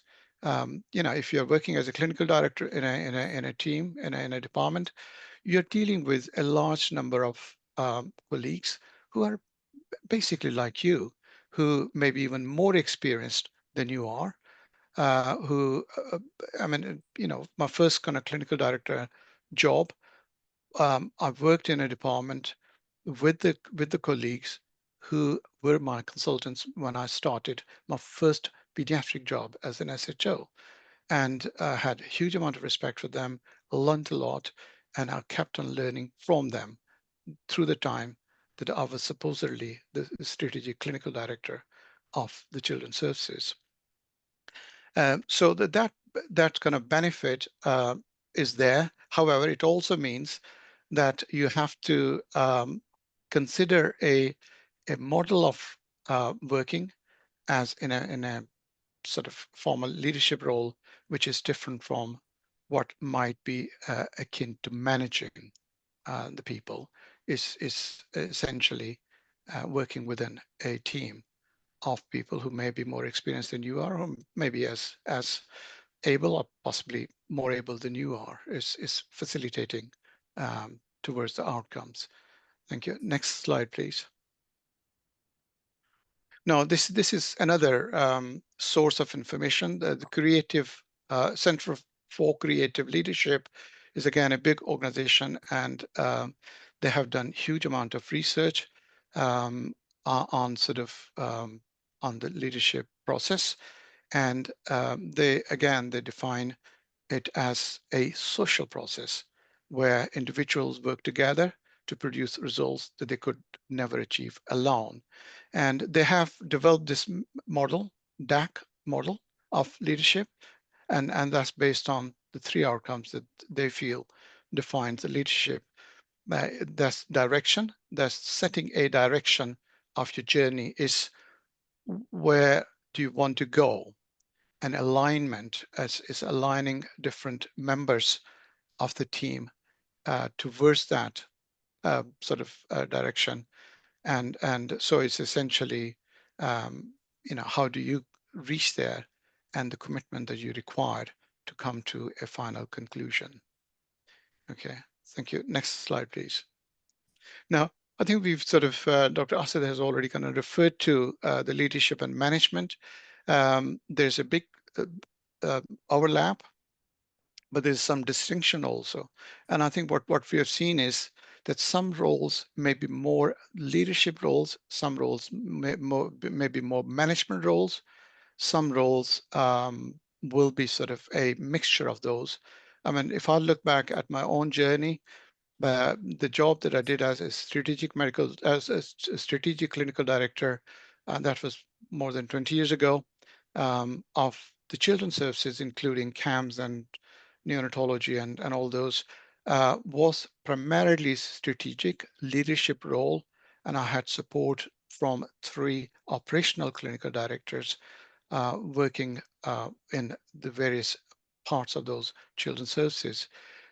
In general, you're talking about management is more about planning, controlling, it's operational, and focuses on day-to-day work. And of course, it does involve effective delegation, oversight, facilitation, and resolution of the problems at hand. However, leadership is slightly different in the way that it's a process of working together to achieve something. It's more strategic. It needs slightly different skills, including influencing, inspiring, helping to maximize and achieve, and you have a bigger picture. But in practice, lots of roles have both elements in them. You need the skill set, which it falls into the both areas, and that's what you're trying to develop over a number of years. Thank you. Next one, please. Now, I think there has already been a reference to self-awareness. Now, over the years, I've become increasingly convinced that awareness is perhaps one of the most important skill that you need to be able to contribute to your objectives. And within that, the most important thing is, of course, being aware of yourself. And that you need to be aware of your emotions. You need to be able to reflect on your behaviors. You need to be mindful of your biases, which is natural. Is how do you overcome those? Unless and until you are aware of it, it becomes a hindrance. And you need to be able to reflect on and identify your strengths. At the same time, and perhaps even more importantly, you need to be mindful of your weaknesses. And And as Dr. Jamil Khan said very, very rightly, there's no one who is perfect. No one is perfect. Everyone has strengths, everyone has weaknesses, and I think what's important is that you need to be humble. You need to sort of maintain your humility. You need to understand that you have limitations. You have a lot to learn. You need to be prepared to reflect on what you do, what you see. You need to be able to learn from what's happening around you and from other people. And unless and until you're humble, it's very difficult to achieve that. And next slide, please. And in a similar way, you need to be aware of other people that you're working with. You need to be aware of their strengths. You need to be able to see what weaknesses they have that you need to help them to overcome. You need to understand what their drivers are. And diversity, as I said before, is increasingly being recognized as one of the very, very important things. And diversity is not necessarily in ethnic terms, is even diversity within the gender, diversity within the age groups. I mean, you learn a lot from very young people. You learn a lot from even your adolescent patients, because they have a very different perspective to things that you may see very differently. However, when you are exposed to that different perspective, you reflect on that, you realize maybe I think you need to kind of change the way you have considered that particular aspect of life. And when you're talking about others, you need to be able to listen to them. You take interest and hear their opinions, because each one of them will come with different experiences, with different interpretation of those experiences, and they'll have come across challenges, and we all have come across challenges. How do we see them? How did we react to those? Did we react in a right way, or should we have done differently? Is important. And so I think you more you know about your colleagues, more you can help the team to achieve the best outcomes. Empathy, we have all, I mean, as pediatricians, we have always been very mindful of it, this skill and quality, and it's increasingly being sort of recognized and emphasized upon in leadership. And compassion. There's this new kind of term that's coming into the vogue, compassionate leadership. So there's a lot of emphasis being put on. And when we talk about compassion, you're not really talking about just others. You're talking about being compassionate to yourself. Again, Dr. Jamil Khan referred to a reflection where it said, "Oh, I can't, I don't have the time to do it." And you have to be compassionate to yourself in the way that you need to be um, uh, mindful of what effect does it have on you, and make sure, and what effect does it have on the people around you, how is it affecting your family, and so on, and make sure that you're striking that balance. The next thing, of course, is the awareness of organization. And what I've sort of learned over the years is that a lot of colleagues, very senior, very experienced colleagues, become very anxious, become very unhappy, and it because of the environment that they find themselves. And my observation is that a lot of that unhappiness comes from their unfamiliarity with what's happening around them. NHS, we all know, has been constantly changing, and that change you need to be kind of mindful of and learn about that, because if you're left behind, then you find yourself sort of in a dark alley, and that just gives you concern, and that makes you anxious. And finally is the external context. It's a wider context. It's a societal context. And I think people like myself who have been around for some years do see regular changes taking place in the way people look at things and um, and how they influence what you do day in, day out. Okay, we'll move on to the next slide, please. Now, I think we've gone through that. This is just this is now based on the kind of work done by Harvard Business School, and there'll be nothing here which will which has not been touched upon. I just want to kind of just emphasize one or two, and one of those is digital and data intelligence. And this is now, I may not be as good with that. Maybe I think new colleagues will have a better background, but as a manager, and perhaps to an extent as a leader also, you need to be able to look at the information around you and you know, read that information, interpret that, and conclude, and then of course use that conclusion to the benefit of everyone. Okay, we'll move on to the next slide, please. And now this is again, we're talking about the sort of capabilities that you need. And again, I think most of these have been covered in the previous presentation. And this, I suspect we all are familiar with those. And I think the fairness I've added from myself, what I learned over a period of time, to give you a context, Burnley and Blackburn were two separate trusts, both moderately large trusts that got together in 2003. And whereas as two groups of pediatricians, we had a very good relationship with each other, certainly we found ourselves in a very challenging situation where the two groups were not getting on well with each other. And that was not helped by a number of factors. However, there was clearly a divided team, and I had to come back, or I came back, offered to come back, and we sort of moved to a situation within the next 2-3 years.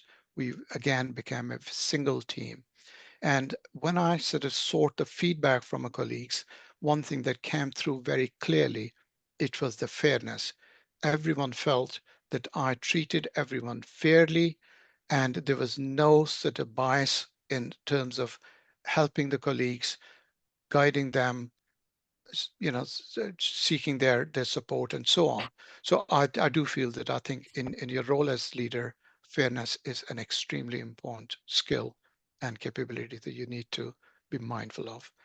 Next slide, please. Now, in terms of very quickly, I think I may be sort of short of time also. This is to emphasize the journey.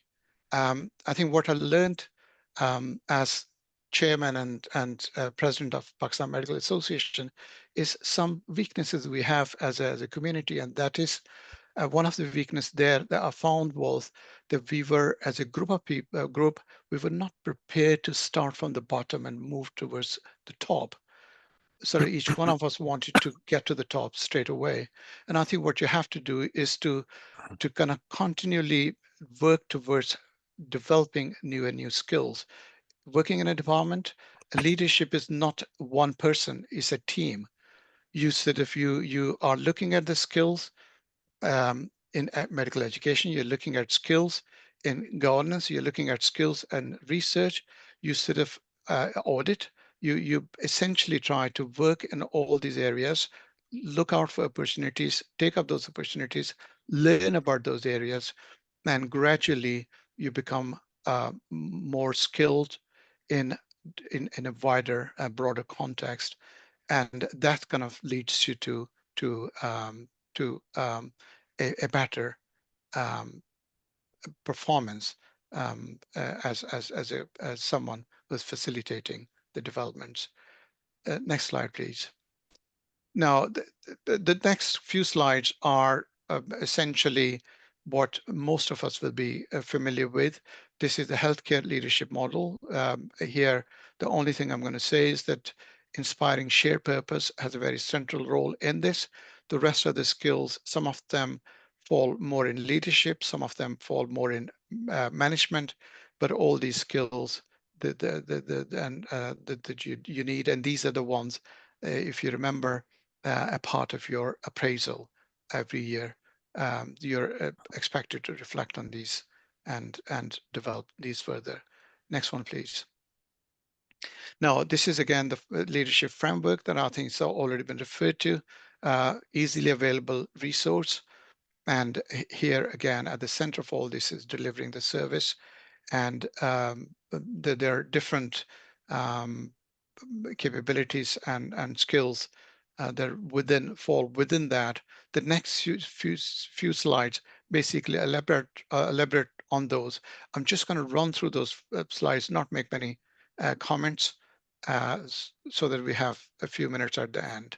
Can we move to the next slide, please, Imran? Okay, and now this is demonstrating personal qualities. Again, self-awareness comes through there very, very clearly. Working with others. Next one, please. Managing services. This is now more of the management, improving services. And I think here I'll again emphasize on the critical evaluation of the information that you have that you can use to improve things. Next one, please. And setting direction. This is again a leadership skill, and creating the vision, again, another of the leadership skills. Okay, next one, please. And finally is the delivering this strategy. Okay, so I'll stop it there. I'm not sure how much time is left, but I'll be very sort of pleased to kind of hear the comments and contribution from others, and I'll be able to answer if there's any question as such. Thank you. Thank you very much, Dr. Iqbal. It was a very inspiring talk, and you have very nicely, concisely given such a overview of the vast topic. Because I was sharing slides, so I asked Dr. Ahmed if she has got any questions from the audience. If you can ask, please. Okay. So no specific questions as such. There were some questions generally around how to start from scratch and around medical education. I think you have covered that beautifully in your talk, so that was really, really useful.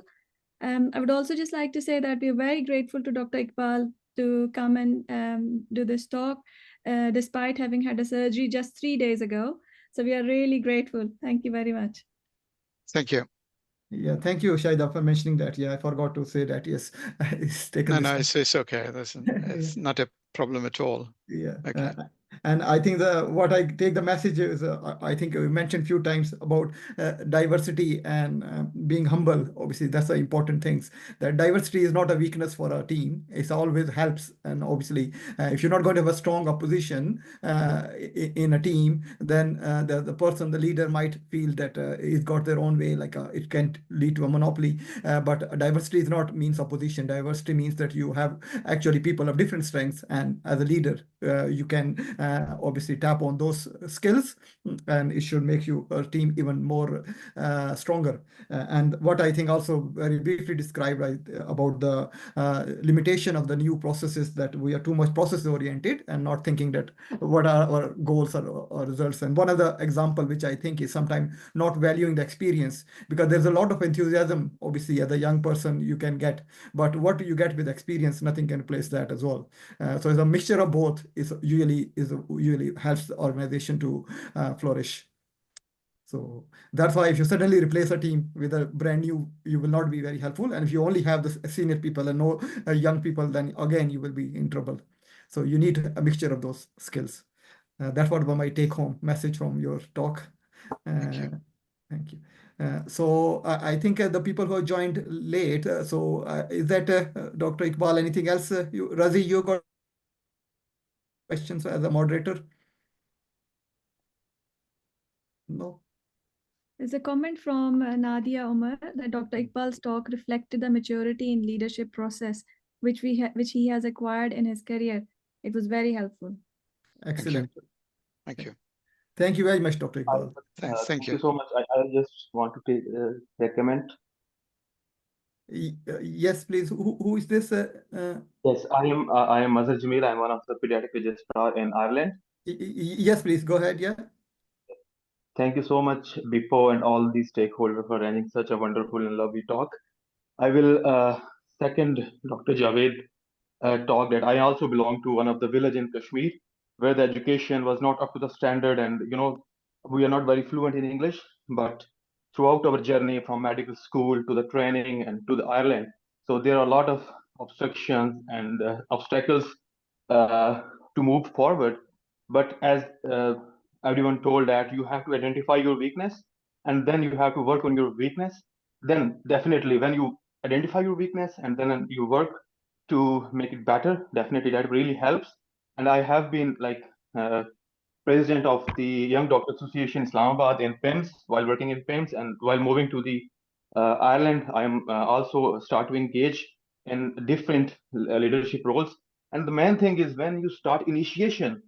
So initially, definitely there will be such a lot of criticism from the other colleagues, maybe, but you have to initiate the things, and then you have to find the best mentor you have, and then through this and working on your weakness. And I think by doing all the things good, you will work in the right direction. And definitely, I will really like to thanks all my seniors, all the consultants, definitely all the seniors and consultants, very helpful.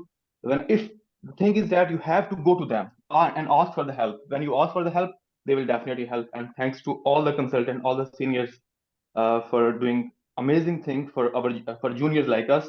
And I am highly grateful and looking forward to learn a lot of things from all of you seniors. Thank you. Thank you, Mother, for your comments, and definitely it's excellent. Our next speaker is Dr. Riaz Iftikhar Ahmed, and it's a great privilege for me to introduce him. He is a graduate from the Punjab Medical College in Faisalabad. Actually was from second batch, and he was consultant pediatrician and retired from King's College NHS Foundation Trust. And he's still active in clinical practice in the private sector and also in NHS Emeritus scheme. He is senior RCPCH examiner, and he was instrumental in taking clinical examination to Pakistan. And he is also appraiser and instructor for ALSG child protection course. He has contributed immensely to the medical education and has been both transformative and inspirational in his countless, and he has got countless trainees and mentees who are now serving in pediatrics in UK in different parts and internationally as well.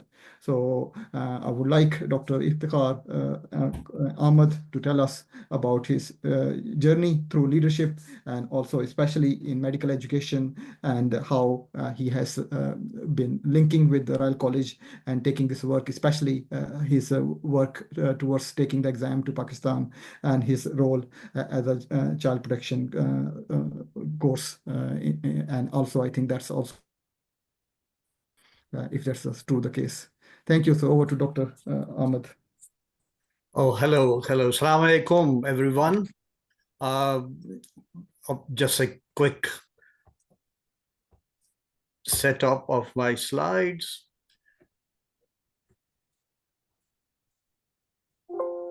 Okay, first of all, my introduction. I'm thankful, Imran, for such a good introduction. I was just wondering who he's talking about. Is that me? But it is me, definitely.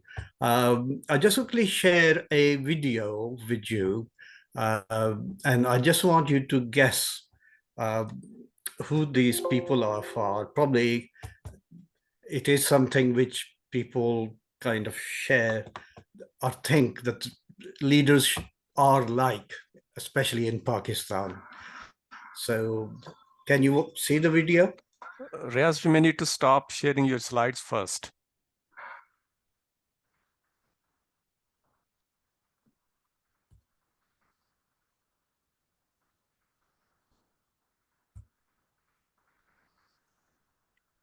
Yeah, thank you.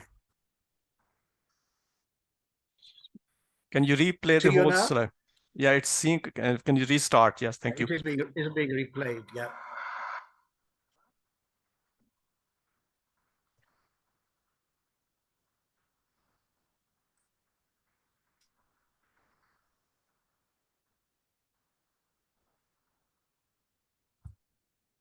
Right. So, going to replay again.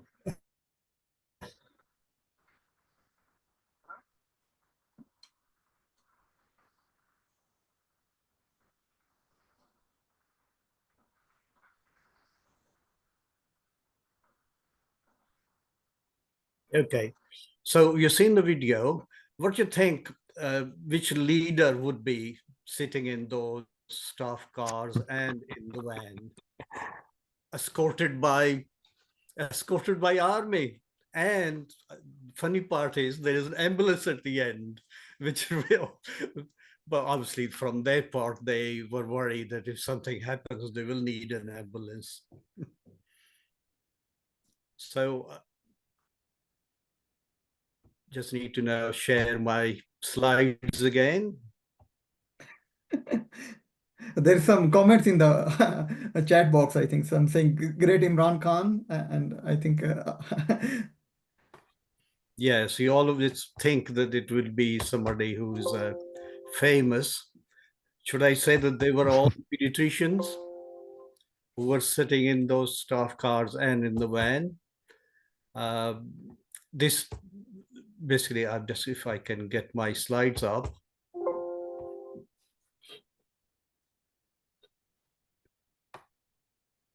Someone has said foreign examiners. Yes. So they definitely picked up on the what I want to kind of share is that these were examiners, and this was in basically being escorted from CMH back to their hotel after the day's work at the CMH. If I get my slides back, then I So can. you close this screen, Riyaz, which is obviously on the screen at the moment, the videos one, and then you can go back to your PowerPoint presentation. Thank you.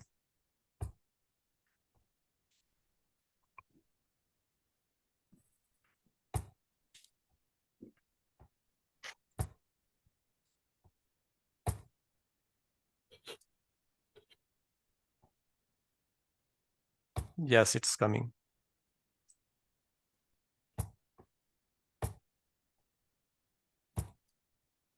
So these were the pediatricians that we're talking about. There are obviously, there is a UK faculty and there is a Pakistani faculty. We have successfully trained pediatricians in Pakistan who basically make the most of, basically they take part in the exams as normal examiners like we do here, but they also increasingly getting involved in the examination process, which is great. So that was it. So talking about the education in leadership in healthcare education, there are quite a few resources available on internet. So what I'll do is I'll go through a bit of theory, bit of the resources bit that where you can find information, and then I'll give you my personal experience and how you start from scratch, especially becoming a leader in medical education.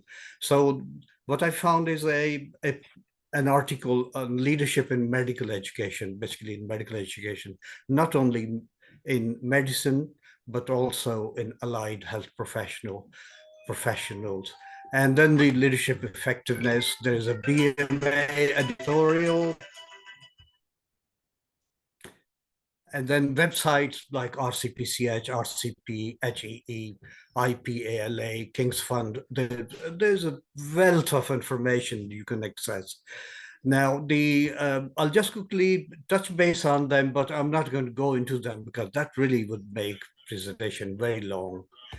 So this is one thing. It's a very own Royal College. It's got a leadership hub. And basically that's where you can find resources and activities if you're starting your journey on leadership. And that's the link. Then what you get on this page is increasingly, I mean, this is what message they have left on the front page, saying that there is increasing evidence that kindness in healthcare improves patient outcomes. This kindness is really from the leaders, the way they treat their obviously colleagues and juniors. So kindness, that's very, very important. And then leadership is not only essential for sustainable and equitable healthcare improvement, but engaging in quality improvement. We all know quality improvement. We basically, to everybody, we say, please do some projects, and that is quality improvement. And that ultimately results in leadership, effective leadership.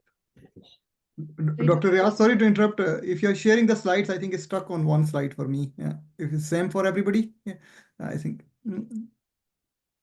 you're sharing a different screen. Yeah, the slides are not moving at the moment. Can you see the slides now? Quality framework. Can you go into the PowerPoint as a kind of slideshow, and then we can see the slides probably. Okay. I mean, if you want, it would be better if you run the slides from your end. It looks like it's having a problem with the... Is that okay now, if I share this?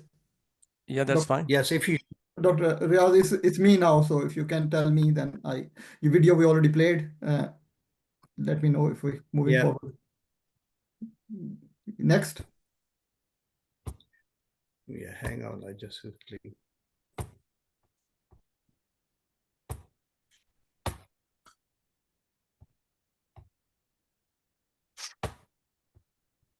Sorry, I just having a difficult time here with my computer. Okay. Which slide you have now? Because I can't see my slides now. Oh, sorry, have you got any notes with it? Is that slide now you can see my slides? No, yes. I'll have to stop sharing if you want to share. Yeah. Do you have the slide like booklet? Booklet Yes. from HE? Yeah. Is that what you can see? Yeah. Okay, so this is the booklet, which basically is based from HEE, Health Action England, which basically talks about maximizing leadership learning in the pre-registration healthcare curriculum. And Dr. Riaz, it's still, I'm sharing it. So I'm on the slide of interest. So can you see it? No. Yeah, our CPCI Leadership Hub is what we already talked about. Can you go to the next slide? Yeah. Yeah, next, if you tell me. Yeah. So this is the page I talked about earlier, where I talked about kindness and quality improvement.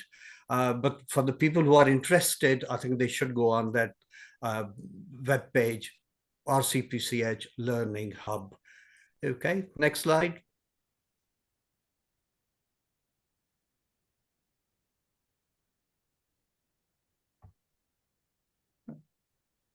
Can you see this on International Pediatric Academic Leaders Association? Don't see the slides moving. IPALA is the International Pediatric Academic Leaders Association, IPALA. Basically, it is empowering pediatric leaders in global child health. This is not specific for this country, but it really works globally. Is an esteemed organization dedicated to the advancement of pediatrics and child health globally.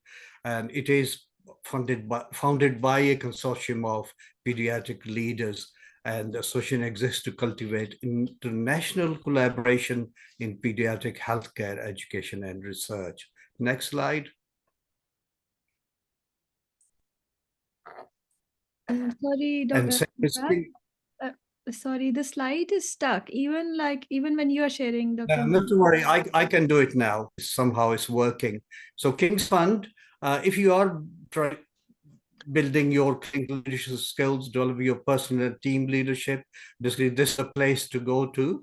It has a program of learning basically for almost all levels. Then is the NHS Leadership Hub, NHS Leadership Academy Learning Hub site that hosts a range of short learning solutions. So that's a website you want to visit. if you are into leadership training. Royal College of Physicians, they have got the Doctors and as Leaders accreditation, which explores key features of organization leadership and examines the knowledge and personal qualities necessary for doctors to lead effectively in the NHS. Faculty of Medical Leadership and Management. So there is a proper faculty, FMLM. It was established in 2011, and the obviously behind it was the UK Medical Royal Colleges and faculties, and also Academy of Medical Royal College. So that's another website to go to. Wealth of information is available. Then there is a competency framework, which basically was published in 2008 and developed jointly by the Academy of Medical Royal Colleges and NHS Institute for Innovation and Improvement. And there are a number of other stakeholders. Again, there's another website which people can go to and access the information. It's going on the same thing, competency framework. Then again, more competency, but I think the people who are interested, they should really access these websites to get more information. Riaz, sorry Now, to interrupt you. We're not seeing your slides moving. Could you please restart your slides? Because I think they're very good slides, but we only stuck with the examiner's picture at the moment. Okay. If you can reload, stop sharing and reload the PowerPoint presentation and go to the reader's mode on the slideshow. If you can stop sharing and then restart, though they're moving, if you can actually get the reader's mode, yeah, right, okay. Yeah, just do it again. I think it was stuck. Thank you. Sorry to interrupt you. It's all right.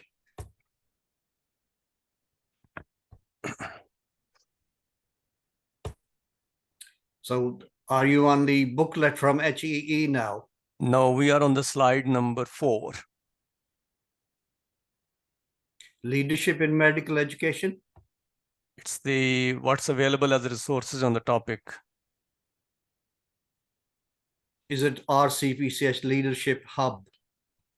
It's links, basically, leadership in medical education, leadership effectiveness, and BMA editorial and websites, things. It's slide number 4. So if you can go to the slideshow, at the right, at the left-hand corner, there is 3 icons. The third one from the left on the PowerPoint. I'm on the slideshow. It's not coming up as a slideshow. Yeah. So you're at the first slide. If you go to the slideshow now,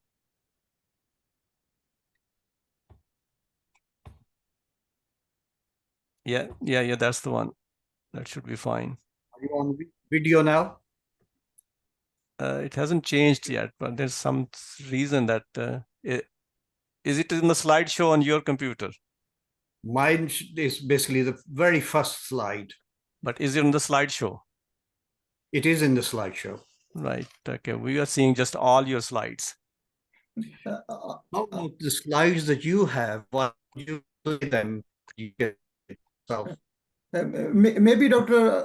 Riaz, if you stop sharing, then you might be able to see, because when I was sharing, I think you were not able to see it. That's the only issue. Yeah. Is that okay? I've stopped sharing now. Let's see if it works now. Can you see the slides now? Yeah, we can see the NHS Leadership Hub.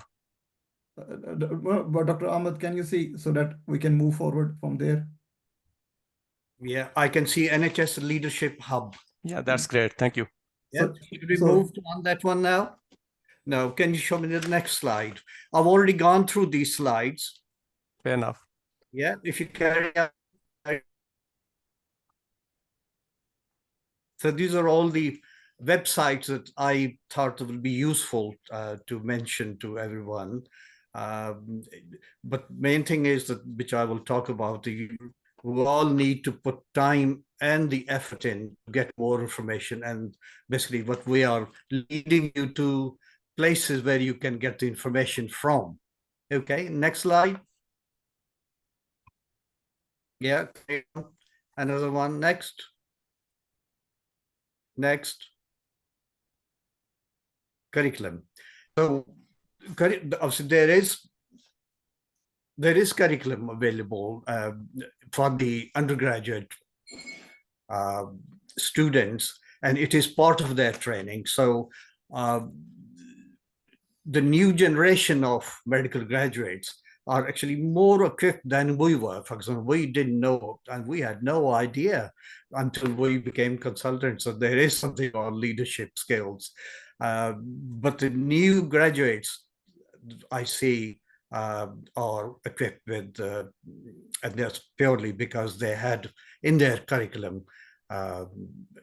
So it is built on the concept of shared leadership and shared sense of responsibility for the success of the organization it serves, and also it supports effective teamwork. Next. So it has to be effective, collaborative, and essential to delivery of high standards. There are three buzzwords: education, research, and clinical practice. I'm sure you all hear it very, very often in meetings and in discussions. Next slide. Right, new leader. New leader is a role model, and basically he can balance between autonomy and accountability. And the core principle is the teamwork. I will talk about that bit again. And obviously all these work towards improving patient outcome. That's what our main goal is. Okay, next. I think you missed one slide. Okay, this is, I don't know whether you've seen this already. There is a bit of a thin line, I think, between the manager versus leader, though if we kind of look deeper into it, there's a huge difference. Now, who is the leader? Obviously, leader is the one who establishes direction, creates a shared vision, identifies the bigger picture, sets goals and strategies in place, while the manager, on the other hand, has to allocate the resources for what the leader has given him an idea or has shared his vision. Now, time management and process steps, for example, he has to put it time scale so that we are going to finish this task in 6 months or 1 year. And then obviously has to establish the agenda. Then leader has the role of connecting people, like communication of goals, team building and networking, and aims for commitment, while the manager has the role of employment and organizing, maintain structure, staffing placements, and enforce rules and procedures.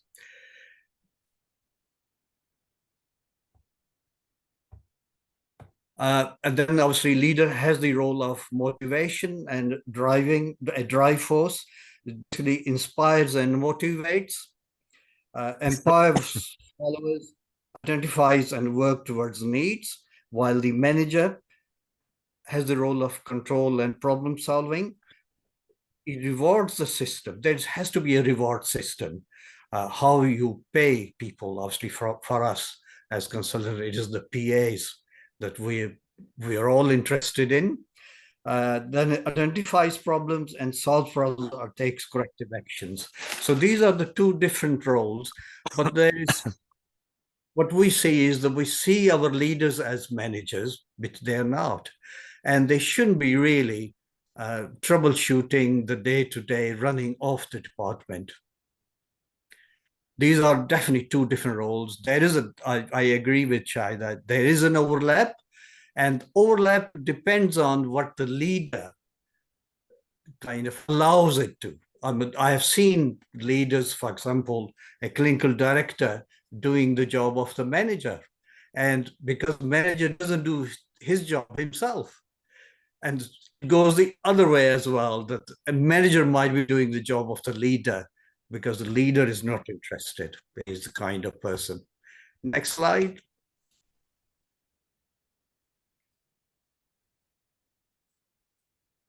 Next slide. Different models. Anyway, now coming back to the leader, because I need to get back to education. You see, I'm still running around a general discussion, but I need to get to education quickly. So two broad types: transactional, which basically is a person who is accountable for his actions. I call it as a dictator than a leader, really. Transactional, he just dictates, doesn't give the idea, doesn't kind of, it's not very much into team working. And then there's a transformational, in which a leader transforms its followers. And this is what, and basically it empowers others and is proper team player. Okay, next slide. Right, transactional, as I talked to you earlier, dictatorship, authoritative relationship. There are specific tasks or goals given by the leader, and basically it is an order. And there is we think there is a structure. It has weakness because it lacks innovation. There's no incentive or motivation, and very important, it stalls. It literally goes in status quo. Next. And the transformational leadership. Now, this basically is based on influencing the individuals. But the key in this is the teamwork. Basically motivates people to work as a team. Sorry, can you go back? There are 4 I's in it, which I just want to take you through. One is the idealized influence, which basically pride, respect, and trust is stimulated through the development of a vision. It's basically, that's how some people call a leader a visionary leader, because he's got a vision. Next I is inspirational motivation. High expectations are created through role modeling. So leader is what in cricket they say is the playing at the front, from the front. Individualized consideration, that's the respect and responsibility is fostered through personal attention to followers. And last is intellectual stimulation, and new ideas and approaches are used to challenge followers. If you don't challenge it, things don't move. Next slide. Yes, team leadership. So there's a collaborative role. There's a this is shared leadership. Also has the shared responsibility, because you allocate responsibilities to the team members, and roles are matched with the abilities. There are some people who are good at writing, you give them things to write, and there are other people who are good at speaking, so give them speaking. So that's what the roles, so this is what we see in our work as delegating. This is very prominent in our community side of work. Successful teams thrive on diversity, so that more diverse people, the team members are, more successful the team is. Next slide.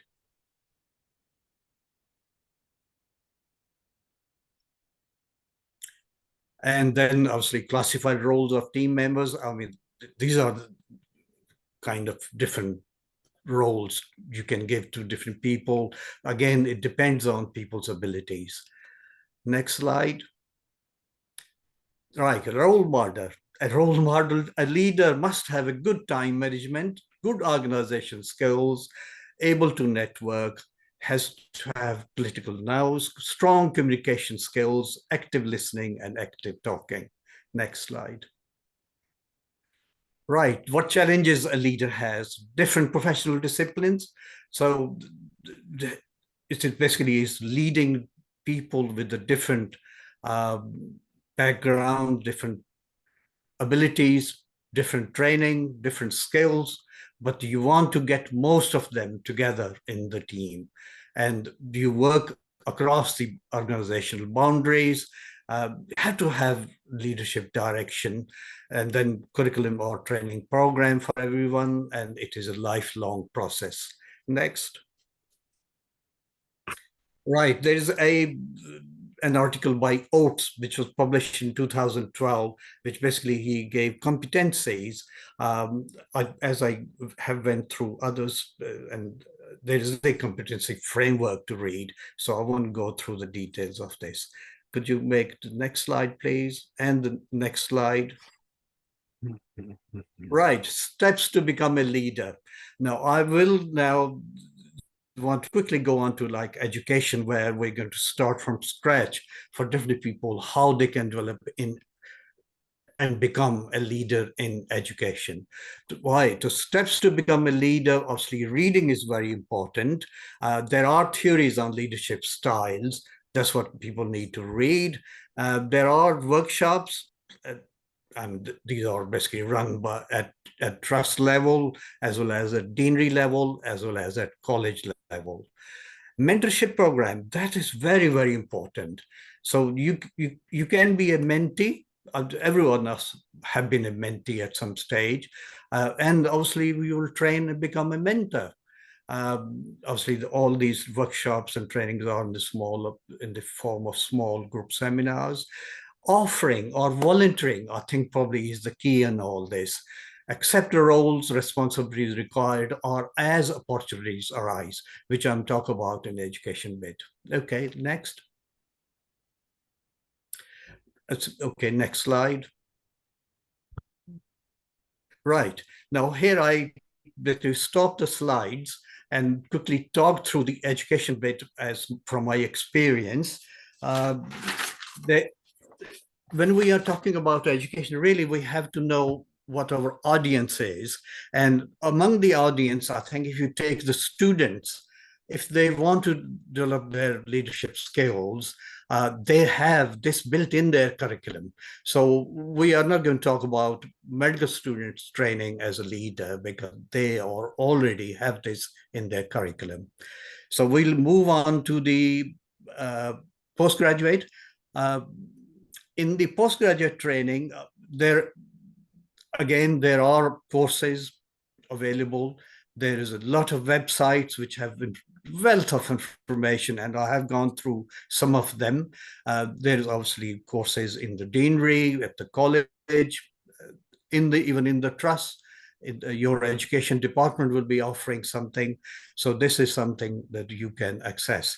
But some people say that how you start from scratch is such a simple thing. Making a rota, for example, that is a leadership skill. And a lot of people we assign it to are usually trainees. There is one trainee who shows interest in, say, rota, developing a rota, and then it basically gives you makes you ready for the next, obviously, step. When I was college tutor, I used to call the meeting of one SHO and one registrar and sit with them and help them to make the rota. They have to make it themselves, but let them basically decide how they want to run it. And then is reading, attending courses, workshops, and obviously as the opportunities arise, basically you start basically offer yourself as a volunteer. So this is what the postgraduate training, but there are a number of courses available that you can attend, and obviously Trust will fund it. Right, so that is the postgraduate.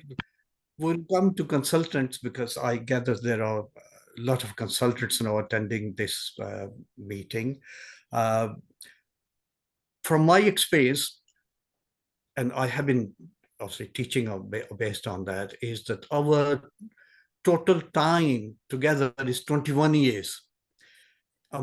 In that 21 years, if you divide that into 3 periods, each of 7 years, first 7 years basically is when you develop your patient base. Literally, you are all clinical.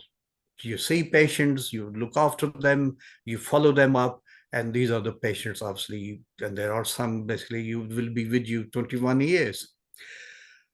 The next 7 years, you start developing an interest. In old days, there were only 3 ways that you could go. One is that you develop an interest in a part, say, a subspecialties. Now, in that subspecialty, say, there are a number of subspecialty you can go into, and you basically become a subspecialist. So that is one area you go into. Then second available area to you develop your expertise is management.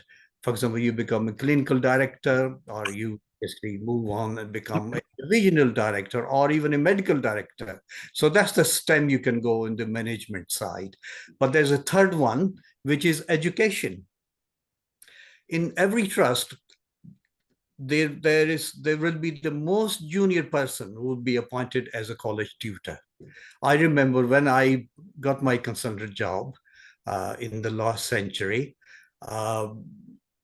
immediately I was made college tutor. And I went to attend the course, which is the induction course at the college. And they very first thing said, I can see, I don't know whether some of you remember, there was a consultant who died in an accident. What was his name?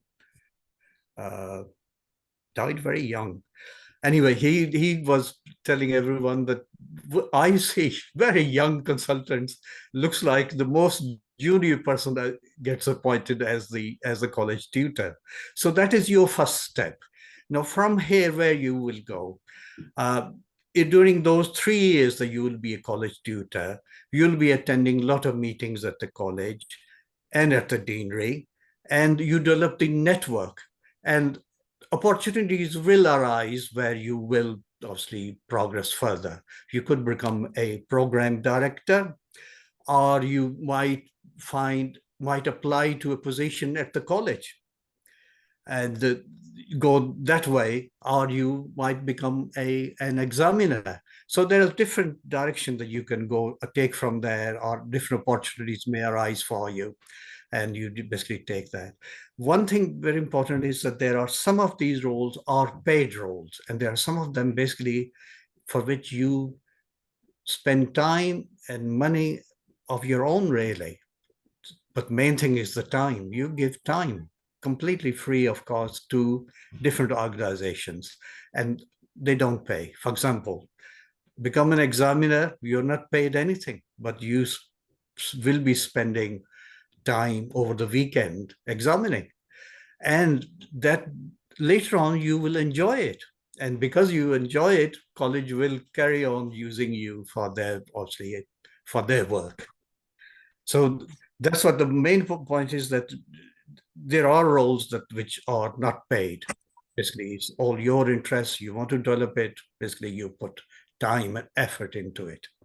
So college tutor, program director, and then if, for example, within your trust, you could become a director of medical education. So this is another step you can go and progress in your though it will take time. Right, there's one role that you will probably from the very beginning you will start, which is the educational supervisor. Mind you, that also is a leader. You will be given the responsibility to supervise GP trainees and pediatric trainees. And they will remember you. You know, one of the concerns of appointment in my trust, and we met again, and she was telling everybody he was my educational supervisor. So I felt very old. Mentor, mentee, I think these are the 2 areas I give so much importance. And if you ever get an opportunity to be mentored, please grab it with both hands. You don't realize that how much an experienced mentor can guide you. So much information he can provide. And obviously, if you are never mentored, you never will get that chance. Now, other ways to develop yourself is to get qualification, further qualification in education.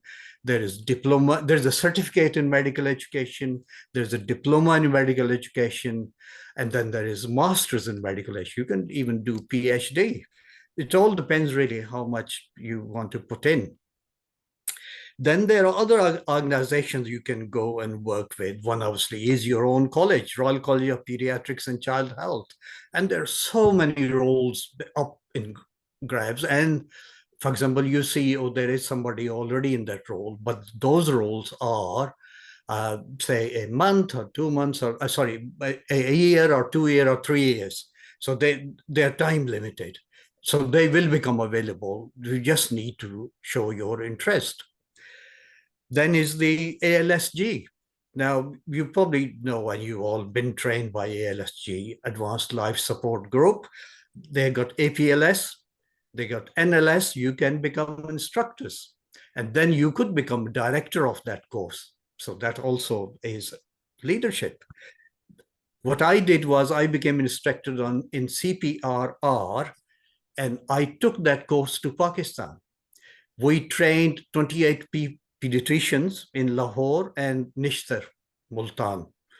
And out of those 28, we trained 8 instructors as well. So if, for example, somebody wants to do a course in Pakistan, which is CPP, Child Protection, Recognition and Response, literally they can do a course in Pakistan and will be certified by ALSG. So that's what we set it up, though it was done before COVID-19 and looks like it has stopped. So unfortunately, right. Then I will take you through another area of education, which is the undergraduate education, in which you can show your interest, put time and effort in. First appointment probably will be as sub-dean for undergraduates within your trust, because you do get, all trusts get undergraduates, and you supervise them and you look after them when they're in the trust. And then if you spend more time with them, you could always get a role in the medical school. So that's another way to go. There's one other training for the consultants which is not very educational, but probably more do with management, which is to be on the appointments of advisory committee. It's only a 1-day course at the college, and then college invites you to go to different trusts and represent college. And you look at the education and training of the applicants as you are sitting on the panel. There will be obviously other like clinical directors and medical director and CEO of the trust. And there will be non-executive. Will be somebody non-executive. So do you have the opportunity of networking? So it is only a 1-day course. You do that course, and then you are on the list of consultants who can be on the appointment. These appointments are for the consultants. So you are involved in the consultant recruitment, which is very useful, and it really develops you to it gives you another level.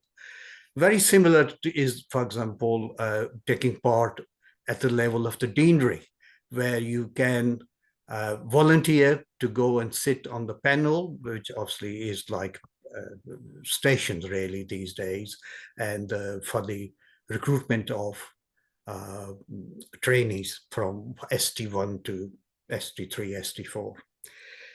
So so these are the, so I think I'm running out of time now very quickly. So if I just quickly go through the take-home message, and then if there are any questions. I haven't looked at the comments, but I'll go through the comments and answer them. So titles not always linked to roles. That's very important to understand. Role requires stepping forward, collaborating, contributing, and good leader is a team player. He values and asks opinions of others. Whenever he communicates, he is respectful and he is clear, and he acknowledges the input and achievement of others. So if you want to be a leader, you have to have all these all these qualities. Okay, so that basically finishes my talk, and I can quickly look at the comments. If there are any questions, we can go through them. Dr. Ahmed, we have Shahida and Razi are helping us. Yeah, So, Shada, you fire away. so if they have any questions in the chat box, they will ask you. But first of all, I want to thank you for just such an enlightening talk, very comprehensive, and I think there was something for everybody. From if there are any students in the audience, we have IMGs and we have trainees at all levels and consultants. So there's too much for me to learn as well from this. That's my 34 years in NHS. Thank you very Actually, much. 35. Yeah. So, Shaida, have we got any questions? Yeah, so Abdullah Muhammad has sent a question. I want to pursue a career in surgery, but I also am passionate about medical education. From your experience, Dr. Riaz, is that possible? Of course it is. But only thing is that if you are in NHS, there's so many opportunities. I think NHS is a wonderful, wonderful organization. It does give you opportunities. Only thing is that if you sit back and say the opportunity will come to you, they never do. Not in NHS. You need to come forward and grab them. So that's what basically I always say. Put your ears to the ground. They're always a talk around you, and you need to just grab that. And there are always opportunities. Perfect. There's another question. Can you recommend how to improve my management portfolio as an ST4 in emergency medicine? Management is obviously is something which is for managers. So first of all, you need, like I have gone through that, I really want you to become not the manager, but the leader. And for develop the leadership skills, there is a proper curriculum, there's proper competency, and already gone through the competency framework, and it is on their website. If you Google it, you will find it, competency framework. And that actually gives you 1, 2, 3, 4, 5, like, numbers, and you just have to develop those competencies. And for a manager or a leader, if you look at it, there is obviously, there are representatives of the trainees. So I think not only that you need to read, you need to attend the courses, management courses, but also volunteer for represent your group wherever you are.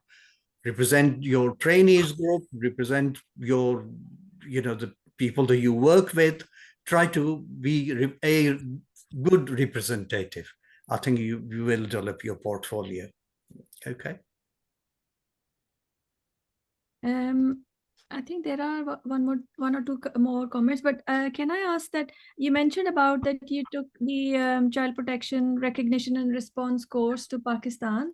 So what was the pathway? So like how did you link it with Pakistan Medical Dental Council, or how? Okay. No. What I worked with two organizations. One is the Children's Hospital Lahore, and other is Pehchan. This is a child's rights organization in Lahore. So I worked with them, and there was a chap, Dr. Naeem, who is he's the now, Naseem knows him. He is the president of the, I think, Punjab Pediatric Association. So Pakistan Pediatric Association, Children's Hospital Lahore, and Children's Hospital in Multan. So I linked in with them, and because I was instructor at the ALSG, I requested them if I could use their material, and actually I could just take their course across. Now, our contacts in Pakistan recruited the candidates, and they obviously applied directly to the ALSG to attend that course, while ALSG announced a course in Pakistan. It was on their website. It's still on their website if you want to see it. And then people applied directly. They, I think, because they couldn't pay from Pakistan. So I paid fee for all of them. And then they paid me in rupees when I went to Pakistan. So that's the only way we could get the pounds, the fees paid in pounds, which wasn't very much. I think it was £28 per head. So wasn't really a large amount of money. And they paid me in rupees in Pakistan. And then later on, the ALSG got all of them to do the online training, which is like a module. And then I did myself, along with 3 other colleagues here in this country, were virtually present. So I was there among the candidates, and 3 were here. Sorry, just saying that there was one time that all of us were invited by the PPA, which is Pakistan Pediatric Association, and all 4 of us went there, and we did one course. Second course, it was 3 of us online, and myself was in Pakistan. So that's how we ran a course for 4 times. Yeah, 3 or 4 times. But there were 28 pediatricians trained with ALSG. Dr. Riaz, I have a question. That in Pakistan, we do have a demonstrator and instructor position, and people after completing their medical graduation, they have then opportunity to work as a demonstrator for basic sciences like anatomy and physiology.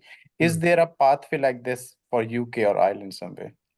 I think in the medical schools, they do have these similar to demonstrators. They teach anatomy and physiology. Naseem, do you know any opportunities to? Yes, definitely. I mean, in most medical schools, they offer the clinical lecturers for junior clinical lecturer, and senior lecturer is like associate professor. And this clinical lecturers are voluntary, and you can get a kind of voluntary contract with the university, and it's for 3 years.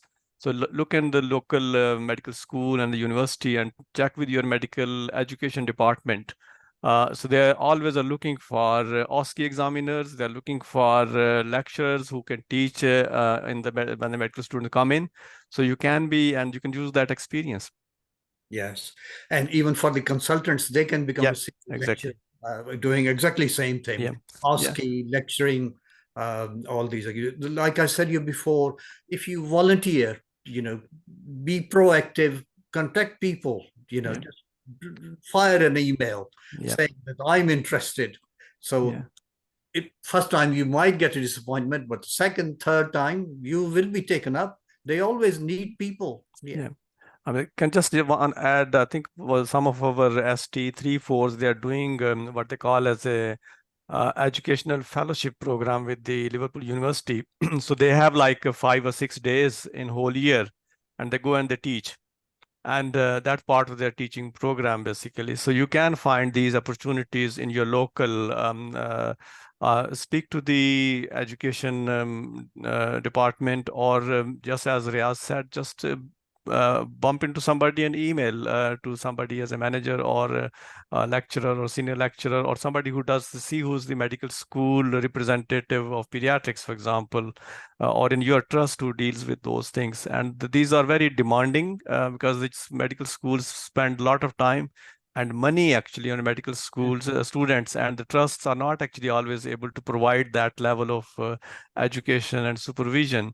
So there are a lot of opportunities teaching medical students on the wards. I mean, in our hospital, they are always looking for anybody who can do the history or examination with the medical students. So you put your name up, and you can use that as a feedback from the medical students and get that feedback, and that session with feedback, that's an excellent part for your portfolio. Yeah. And just to add, I think this educational fellows in most hospitals nowadays they exist, and that's because of the trust get a lot of funding from the medical universities. And previously, obviously, they used to have this voluntary consultants and middle grades doing that education. And now, because of the lot more emphasis on the service delivery, so they have less time, and that's why I think the trust have started just special educational fellows who are actually trainees. So you can be any very junior trainee, and you can be education fellow, and you get specific time in addition to your clinical duties, so separate. So you are basically not going to be on clinical duties to do that medical student teaching. So, and it's really very rewarding as well, and it's good for career development. Yeah, I've seen, I mean, the foundation doctors going and teaching the medical students in medical school. So you don't have to be a professor. I think that's the concept, is only in Pakistan. So you can be as a foundation ST1, ST3, ST4, ST7, ST8, consultant tier 1 or consultant tier 34. So you all have a role, and you can be part and parcel of the whole system. It's just getting engaged. Yeah. Now, it's very interesting about the teaching fellows. They are interested in doing locums because their salary is so much little that they have to do locums to make it, make it up. But they are very useful in the department. Thank you, Riaz. Thank you. Can I ask a couple more questions, please? So thank you so much. You explained about how you linked the child protection courses. How about MRCPC? Yes, I can tell you. I mean, that is another lecture. I think that I have so much knowledge about, because when I became a consultant, my colleague was Dr. Andrew Long, who was quite big in education and training at the college. So he actually inspired me. Let's do the exam in our trust. We did. We hosted, and then we carried on hosting until I retired. And this is one thing I would recommend to her. And I was not even an examiner. I became a host examiner. So that's what I would suggest. If you offer to the college will let you host, and they will obviously, within a year or two, you can become an examiner. So that is how you become. And then from the examiner, if you have examined for 8 times or for within 5 years, you will become a senior examiner. And then if you have been a senior examiner maybe 2-3 times here, college will send you abroad to examine. And I've been to many countries as a examiner and senior examiner, and it is very, very, very, I would say, interesting, very rewarding, and very enjoyable as well. Very enjoyable. And you've seen in Pakistan, that only happens in Pakistan. I've been to other countries. No other country really gives you an escort like this. Only in Pakistan. And one last question. So Dr. Iqbal is here as well, and other senior leadership from UKIPPO. How do you manage your time with these additional roles? I think there is a professional leave. I don't know if any of you has kind of taken that kind of leave. Professional leave is for these kind of activities. So use them. I think it is something which is negotiable. There's no time on it that you can take 10 days in a year or 14 days. You negotiate with your clinical director, and at least you can examine once in a year, I think, or if you can examine twice a year. Exams are in February, in June, and in October, and it really runs for whole week. Very interesting. I was senior examiner in Maidstone earlier in the year, and that was over the weekend. Not a single white person you'll see over the weekend examining. They all do it during the week. And I can understand that that's the way they can take a leave. So they can use their professional leave to do the exam. If they do it over the weekend, I don't know how they can take time off. But they all do. All my fellow examiners who are obviously British, they do exam during the week. And this is number of my colleagues, Pakistani colleagues, have noted. Do the weekend exam, you will only see Black and Asian examiners. Study leave is a professional leave is generally part of your study leave. So you can use the professional leave in that way. I think there's no separate generally. I mean, and in our trust, different trusts for my trust. They used to give professional leave separate from your study. Sure. I think there's, sorry, you're just saying there are some rules, but I think most trusts are usually flexible on this. So the rules are same, which is the NHS framework. So I think the rules are only 2 days professional leave per year, but most trusts will allow you more than that. So that's nationally for all specialties, not only for pediatricians. If you not have seen it, college has got a templated letter Yes. going to your department asking the trust to let this doctor go and examine. Yeah, I have been the bearer of that letters. You get that letter.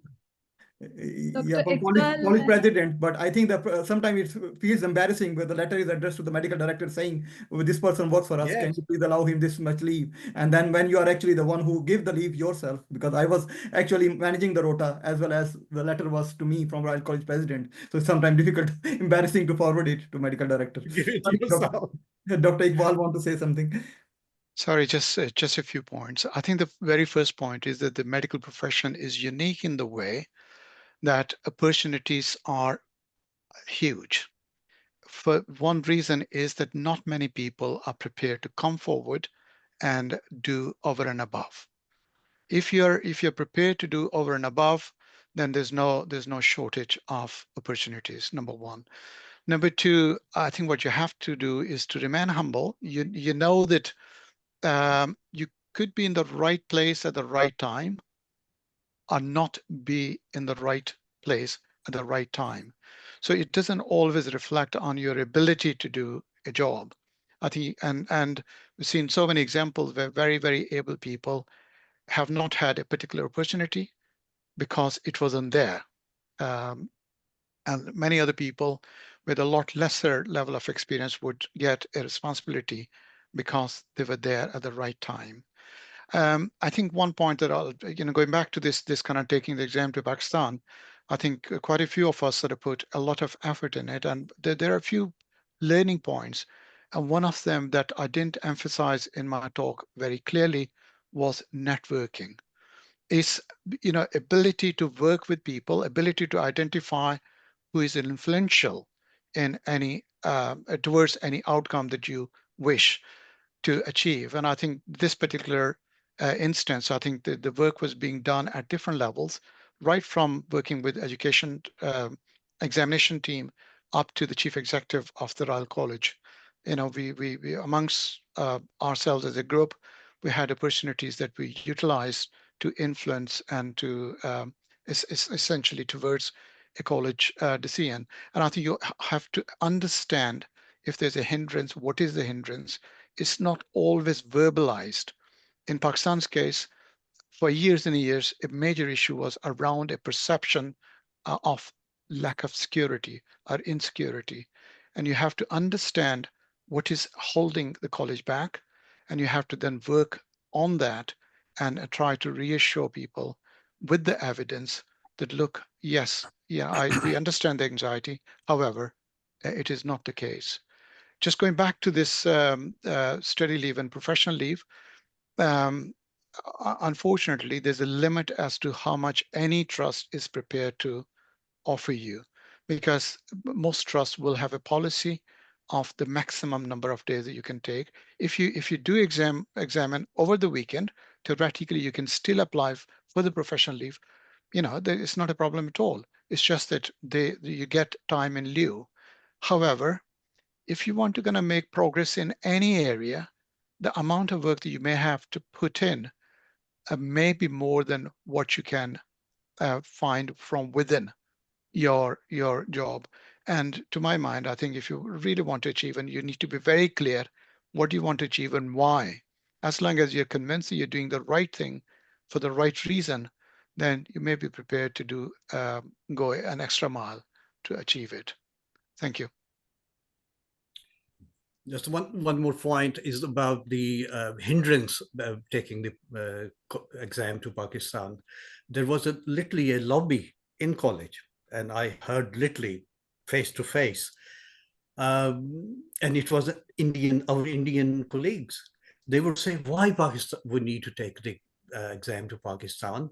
They could go to Middle East, or they could go to Nepal or Sri Lanka for the exam. And would you believe that the number of people applying from Pakistan was more than any other countries in the area. Would you believe it? There is so much is the backlog now for the Pakistani graduates to sit the exam that literally within 10 to 15 minutes, as soon as spaces are advertised, they're gone. And I went to examine in May, and I had so many people saying, please create more spaces. So we are going to, I mean, I have been speaking to the college, and they are going to make the exam now 3 times a year. Now we are literally lobbying again to have two exams in Pindi and 1 exam in Lahore. So if we are successful, I think that really will help a lot of candidates and a lot of trainees in Pakistan. Why it is important, because you will ask me why it is important to get college to conduct these exams in Pakistan. The way conditions are, basically, once you get the MRCPCH, you only need to pass an English exam and you will start working here. And there are a number of Indian graduates I have met who have taken that path. And even some of them have become consultants. Would you believe that? Consultants in this country, they didn't do a PLAB, never worked here. They did their MRCPCH in India. And then they did the English exams and started working here. Within a year, they were registrars. And because obviously they have experience in India. And then they did the MRCPCH. So this is an opportunity we want to give to our Pakistani graduates. And hopefully a lot of them will take that. But I think you need to be very clear in terms of what your objective is. And I think for few of us, the main driver was not to kind of facilitate migration. It was a view that this exam will help the preparing candidates to learn about the practices that we believed were better practices, for example, better communication skills and so on. So, you know, the kind of larger picture is to help improve the standards of practice within Pakistan. Then, of course, there are other things that can happen as collateral kind of outcomes. That's, you know, good luck to everyone. Good luck to everyone. Yes, no, I didn't say it is for migration. People can come here and they can train. And obviously we migrated, you see, and we don't like it for other people. That's very interesting. Okay, thank you. Thank you so much for wonderful discussion. Dr. Imran, there are a couple more questions. So I don't know if we have time or do we need to wrap up?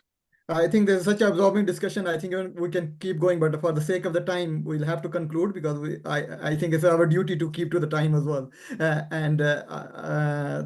I just would like to say, Dr. Riaz, again, thank you very much for your time. And it was a very absorbing talk and was a very interesting discussion. Thank you for other speakers as well for taking the time on the weekend. We had one speaker who for last minute could not join us today, but we won't let her dad go without saying a few words. So he's with us, Dr. Naseem Mahmood. We not got too much time, but Dr. Mahmood, I think you inspired us all, and you've been the founding member for the BIPPO as well, and was very nice working with you and knowing you for last few years, obviously, through this organization, and you helped us and guide us through organizing this webinars. So Dr. Mahmood, if I just ask you to say a few words as well, generally about leadership, your experience, and about BIPPO, if you want to add anything. Thank you. Thank you very much. So I think, I mean, first of all, I'm very grateful that we are here today, and we can only say shukr alhamdulillah that we took those steps, and you can see that the wealth of experience and the talent and the need, basically. So I think that's there. So there's a lot of work that we need to do. So this is just the beginning. So alhamdulillah, it's gone very well. I think everybody had a lot of stuff to read and to learn, and there are a lot of opportunities, as Dr. Riaz and Dr. Javed Iqbal has mentioned. I'll just make a couple of points as in my role as a TPD, and especially with working with ST1, ST2, and ST3s. they don't see themselves as leaders. So there is on the curriculum, there's a one domain is a leadership, and out of 11 domains, and you have to have some evidence in each domain in every year of the life of training, ST1, ST2, and ST3. And so there are leadership roles, which kind of, I won't go into all those details, but just to emphasize that at every level, there is a bit of leadership that's available. So junior doctors like ST1, ST3, or even the foundation doctors, or even the clinical fellow doctors, or the locally employed doctors, there is always something that you can do. I mean, you can lead the ward round. I know that you're not allowed to do normally, but you can ask, can I see just one patient? And the consultant can say, I normally offer the foundation doctors, okay, you're going to see this patient, and I will make notes for you and have a chat with them outside what you're going to do and how you're going to do, and let them do that. And they can always refer back to if they need any help. So you can ask your registrar to do that. I'm going to the next patient. Can you please kind of support me and supervise me and give me a feedback at the end so that you can do it next time a bit better. Similarly, we mentioned about the rota, and similarly the education bit in terms of your teaching program. In Liverpool, our trainees do all the teaching program by themselves. So that this used to be step teaching, now it's a CREP teaching, which is like a monthly teaching, and that's done by the trainees. Similarly, trainees do, when the ST1 start, there's a 5-day course, which is not offered anywhere in the UK. There's a 5-day start course, and introduction to the teaching and training and all that stuff that's done in Alderhay. And that's done by the trainees, and they recruit all the consultants. Similarly, trainees run the exam courses. So we have started doing 3 days course, 2 days of teaching lectures, and 1 day of mock exam twice a year. That's run by the trainees, and so there's the education committee by the trainees. So that, of course, they need the support from the seniors, like the college tutors and the college examiners and other kind of consultants, and the support from the education team, but they're always there. So I think there are lots of opportunities which are there, which people need to kind of tap in. So first few years can be a bit like a formative, as Riaz mentioned. The first 7 years is to get your basics right, so that you're a good clinician and you are good with the patient and communication, you understand all the systems. So you do take a little bit time to settle down yourself, and it's not easy for IMGs to move in, and you can't expect in the first 6 months, first year, to be doing all these things in a way. So take your time, and so there's a lot of support available. As Riaz mentioned, I think he loves the mentorship, and I would like that we can actually move into that stage, that we can offer mentorship, that there's a one-to-one, that you can be attached to one senior colleague who has been through the same kind of passage, and they can guide you. I mean, the things are very different from when Riaz came, or when Dr. Javed Iqbal came, or when we came in 80s or 90s of the last century, and all the times are very different. And the advice can be different. As Riaz has mentioned, that most trainees that I advise them from Pakistan is that rather than sitting here and looking for a clinical attachment or a first job or after post-lab, do the exam in Pakistan.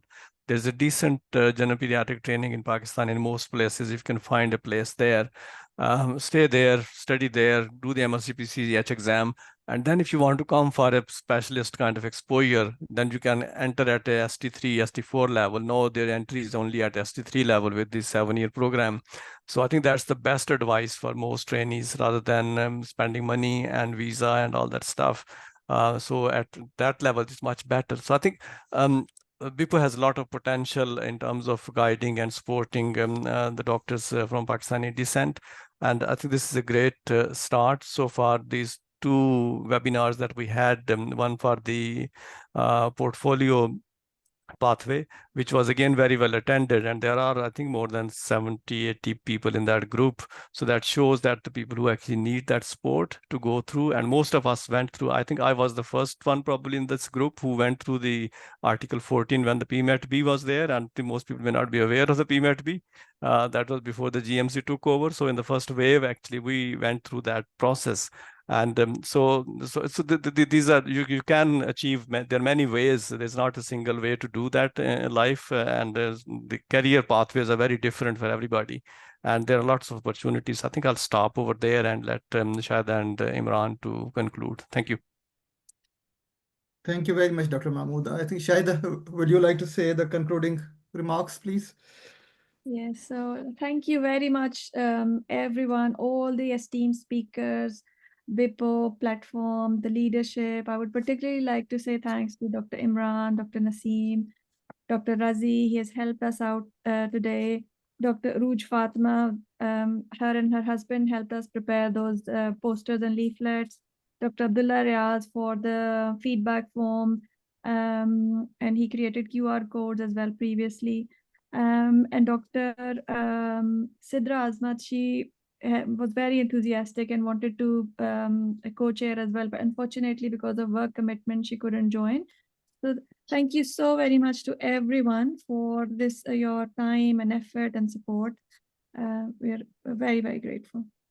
And thank you to also the people who joined today as well. So taking time and obviously with hope that it has helped everybody to learn something. And I think a lot of people are asking about the certificates and CBD points. So certificates, obviously, you are getting if you fill in the feedback form. And Razi, I think, has shared, we can share again the link for the feedback. And once you fill in the feedback, you will get the certificate. Regarding CBD, the Royal Colleges, especially after COVID, has agreed that if you do a reflection on what you learned, it's not only important to just a passive listener, then you can claim CBD for the number of hours you have attended, including the consultants and including myself, so I can claim it. So you don't need to have a CBD accreditation necessarily. There's some accreditation process which goes through the Royal College, and just we because of some difficulties, we did not seek CBD accreditation for this particular event. But probably you have seen already, if you were joined the webinar, that all the speakers were extremely knowledgeable and they have wealth of experience and they shared with us. So there's no doubt that it would have gone through CBD accreditation, but we did not apply for it. I think people are still joining the while we are leaving, so that's welcome. Okay, so thank you very much, everyone, and have a very nice rest of your day and weekend and rest of the summer as well, if there's some better weather. Thank you. Thank you, and bye-bye. We can stop recording. Yeah. Thank you, everyone. Thank you so much. Okay. Well, have we stopped recording? Let me see. I don't know, Razi, you can stay. I mean, if people are leaving, Shahida. Yeah, I can. And Shahida is gone, or?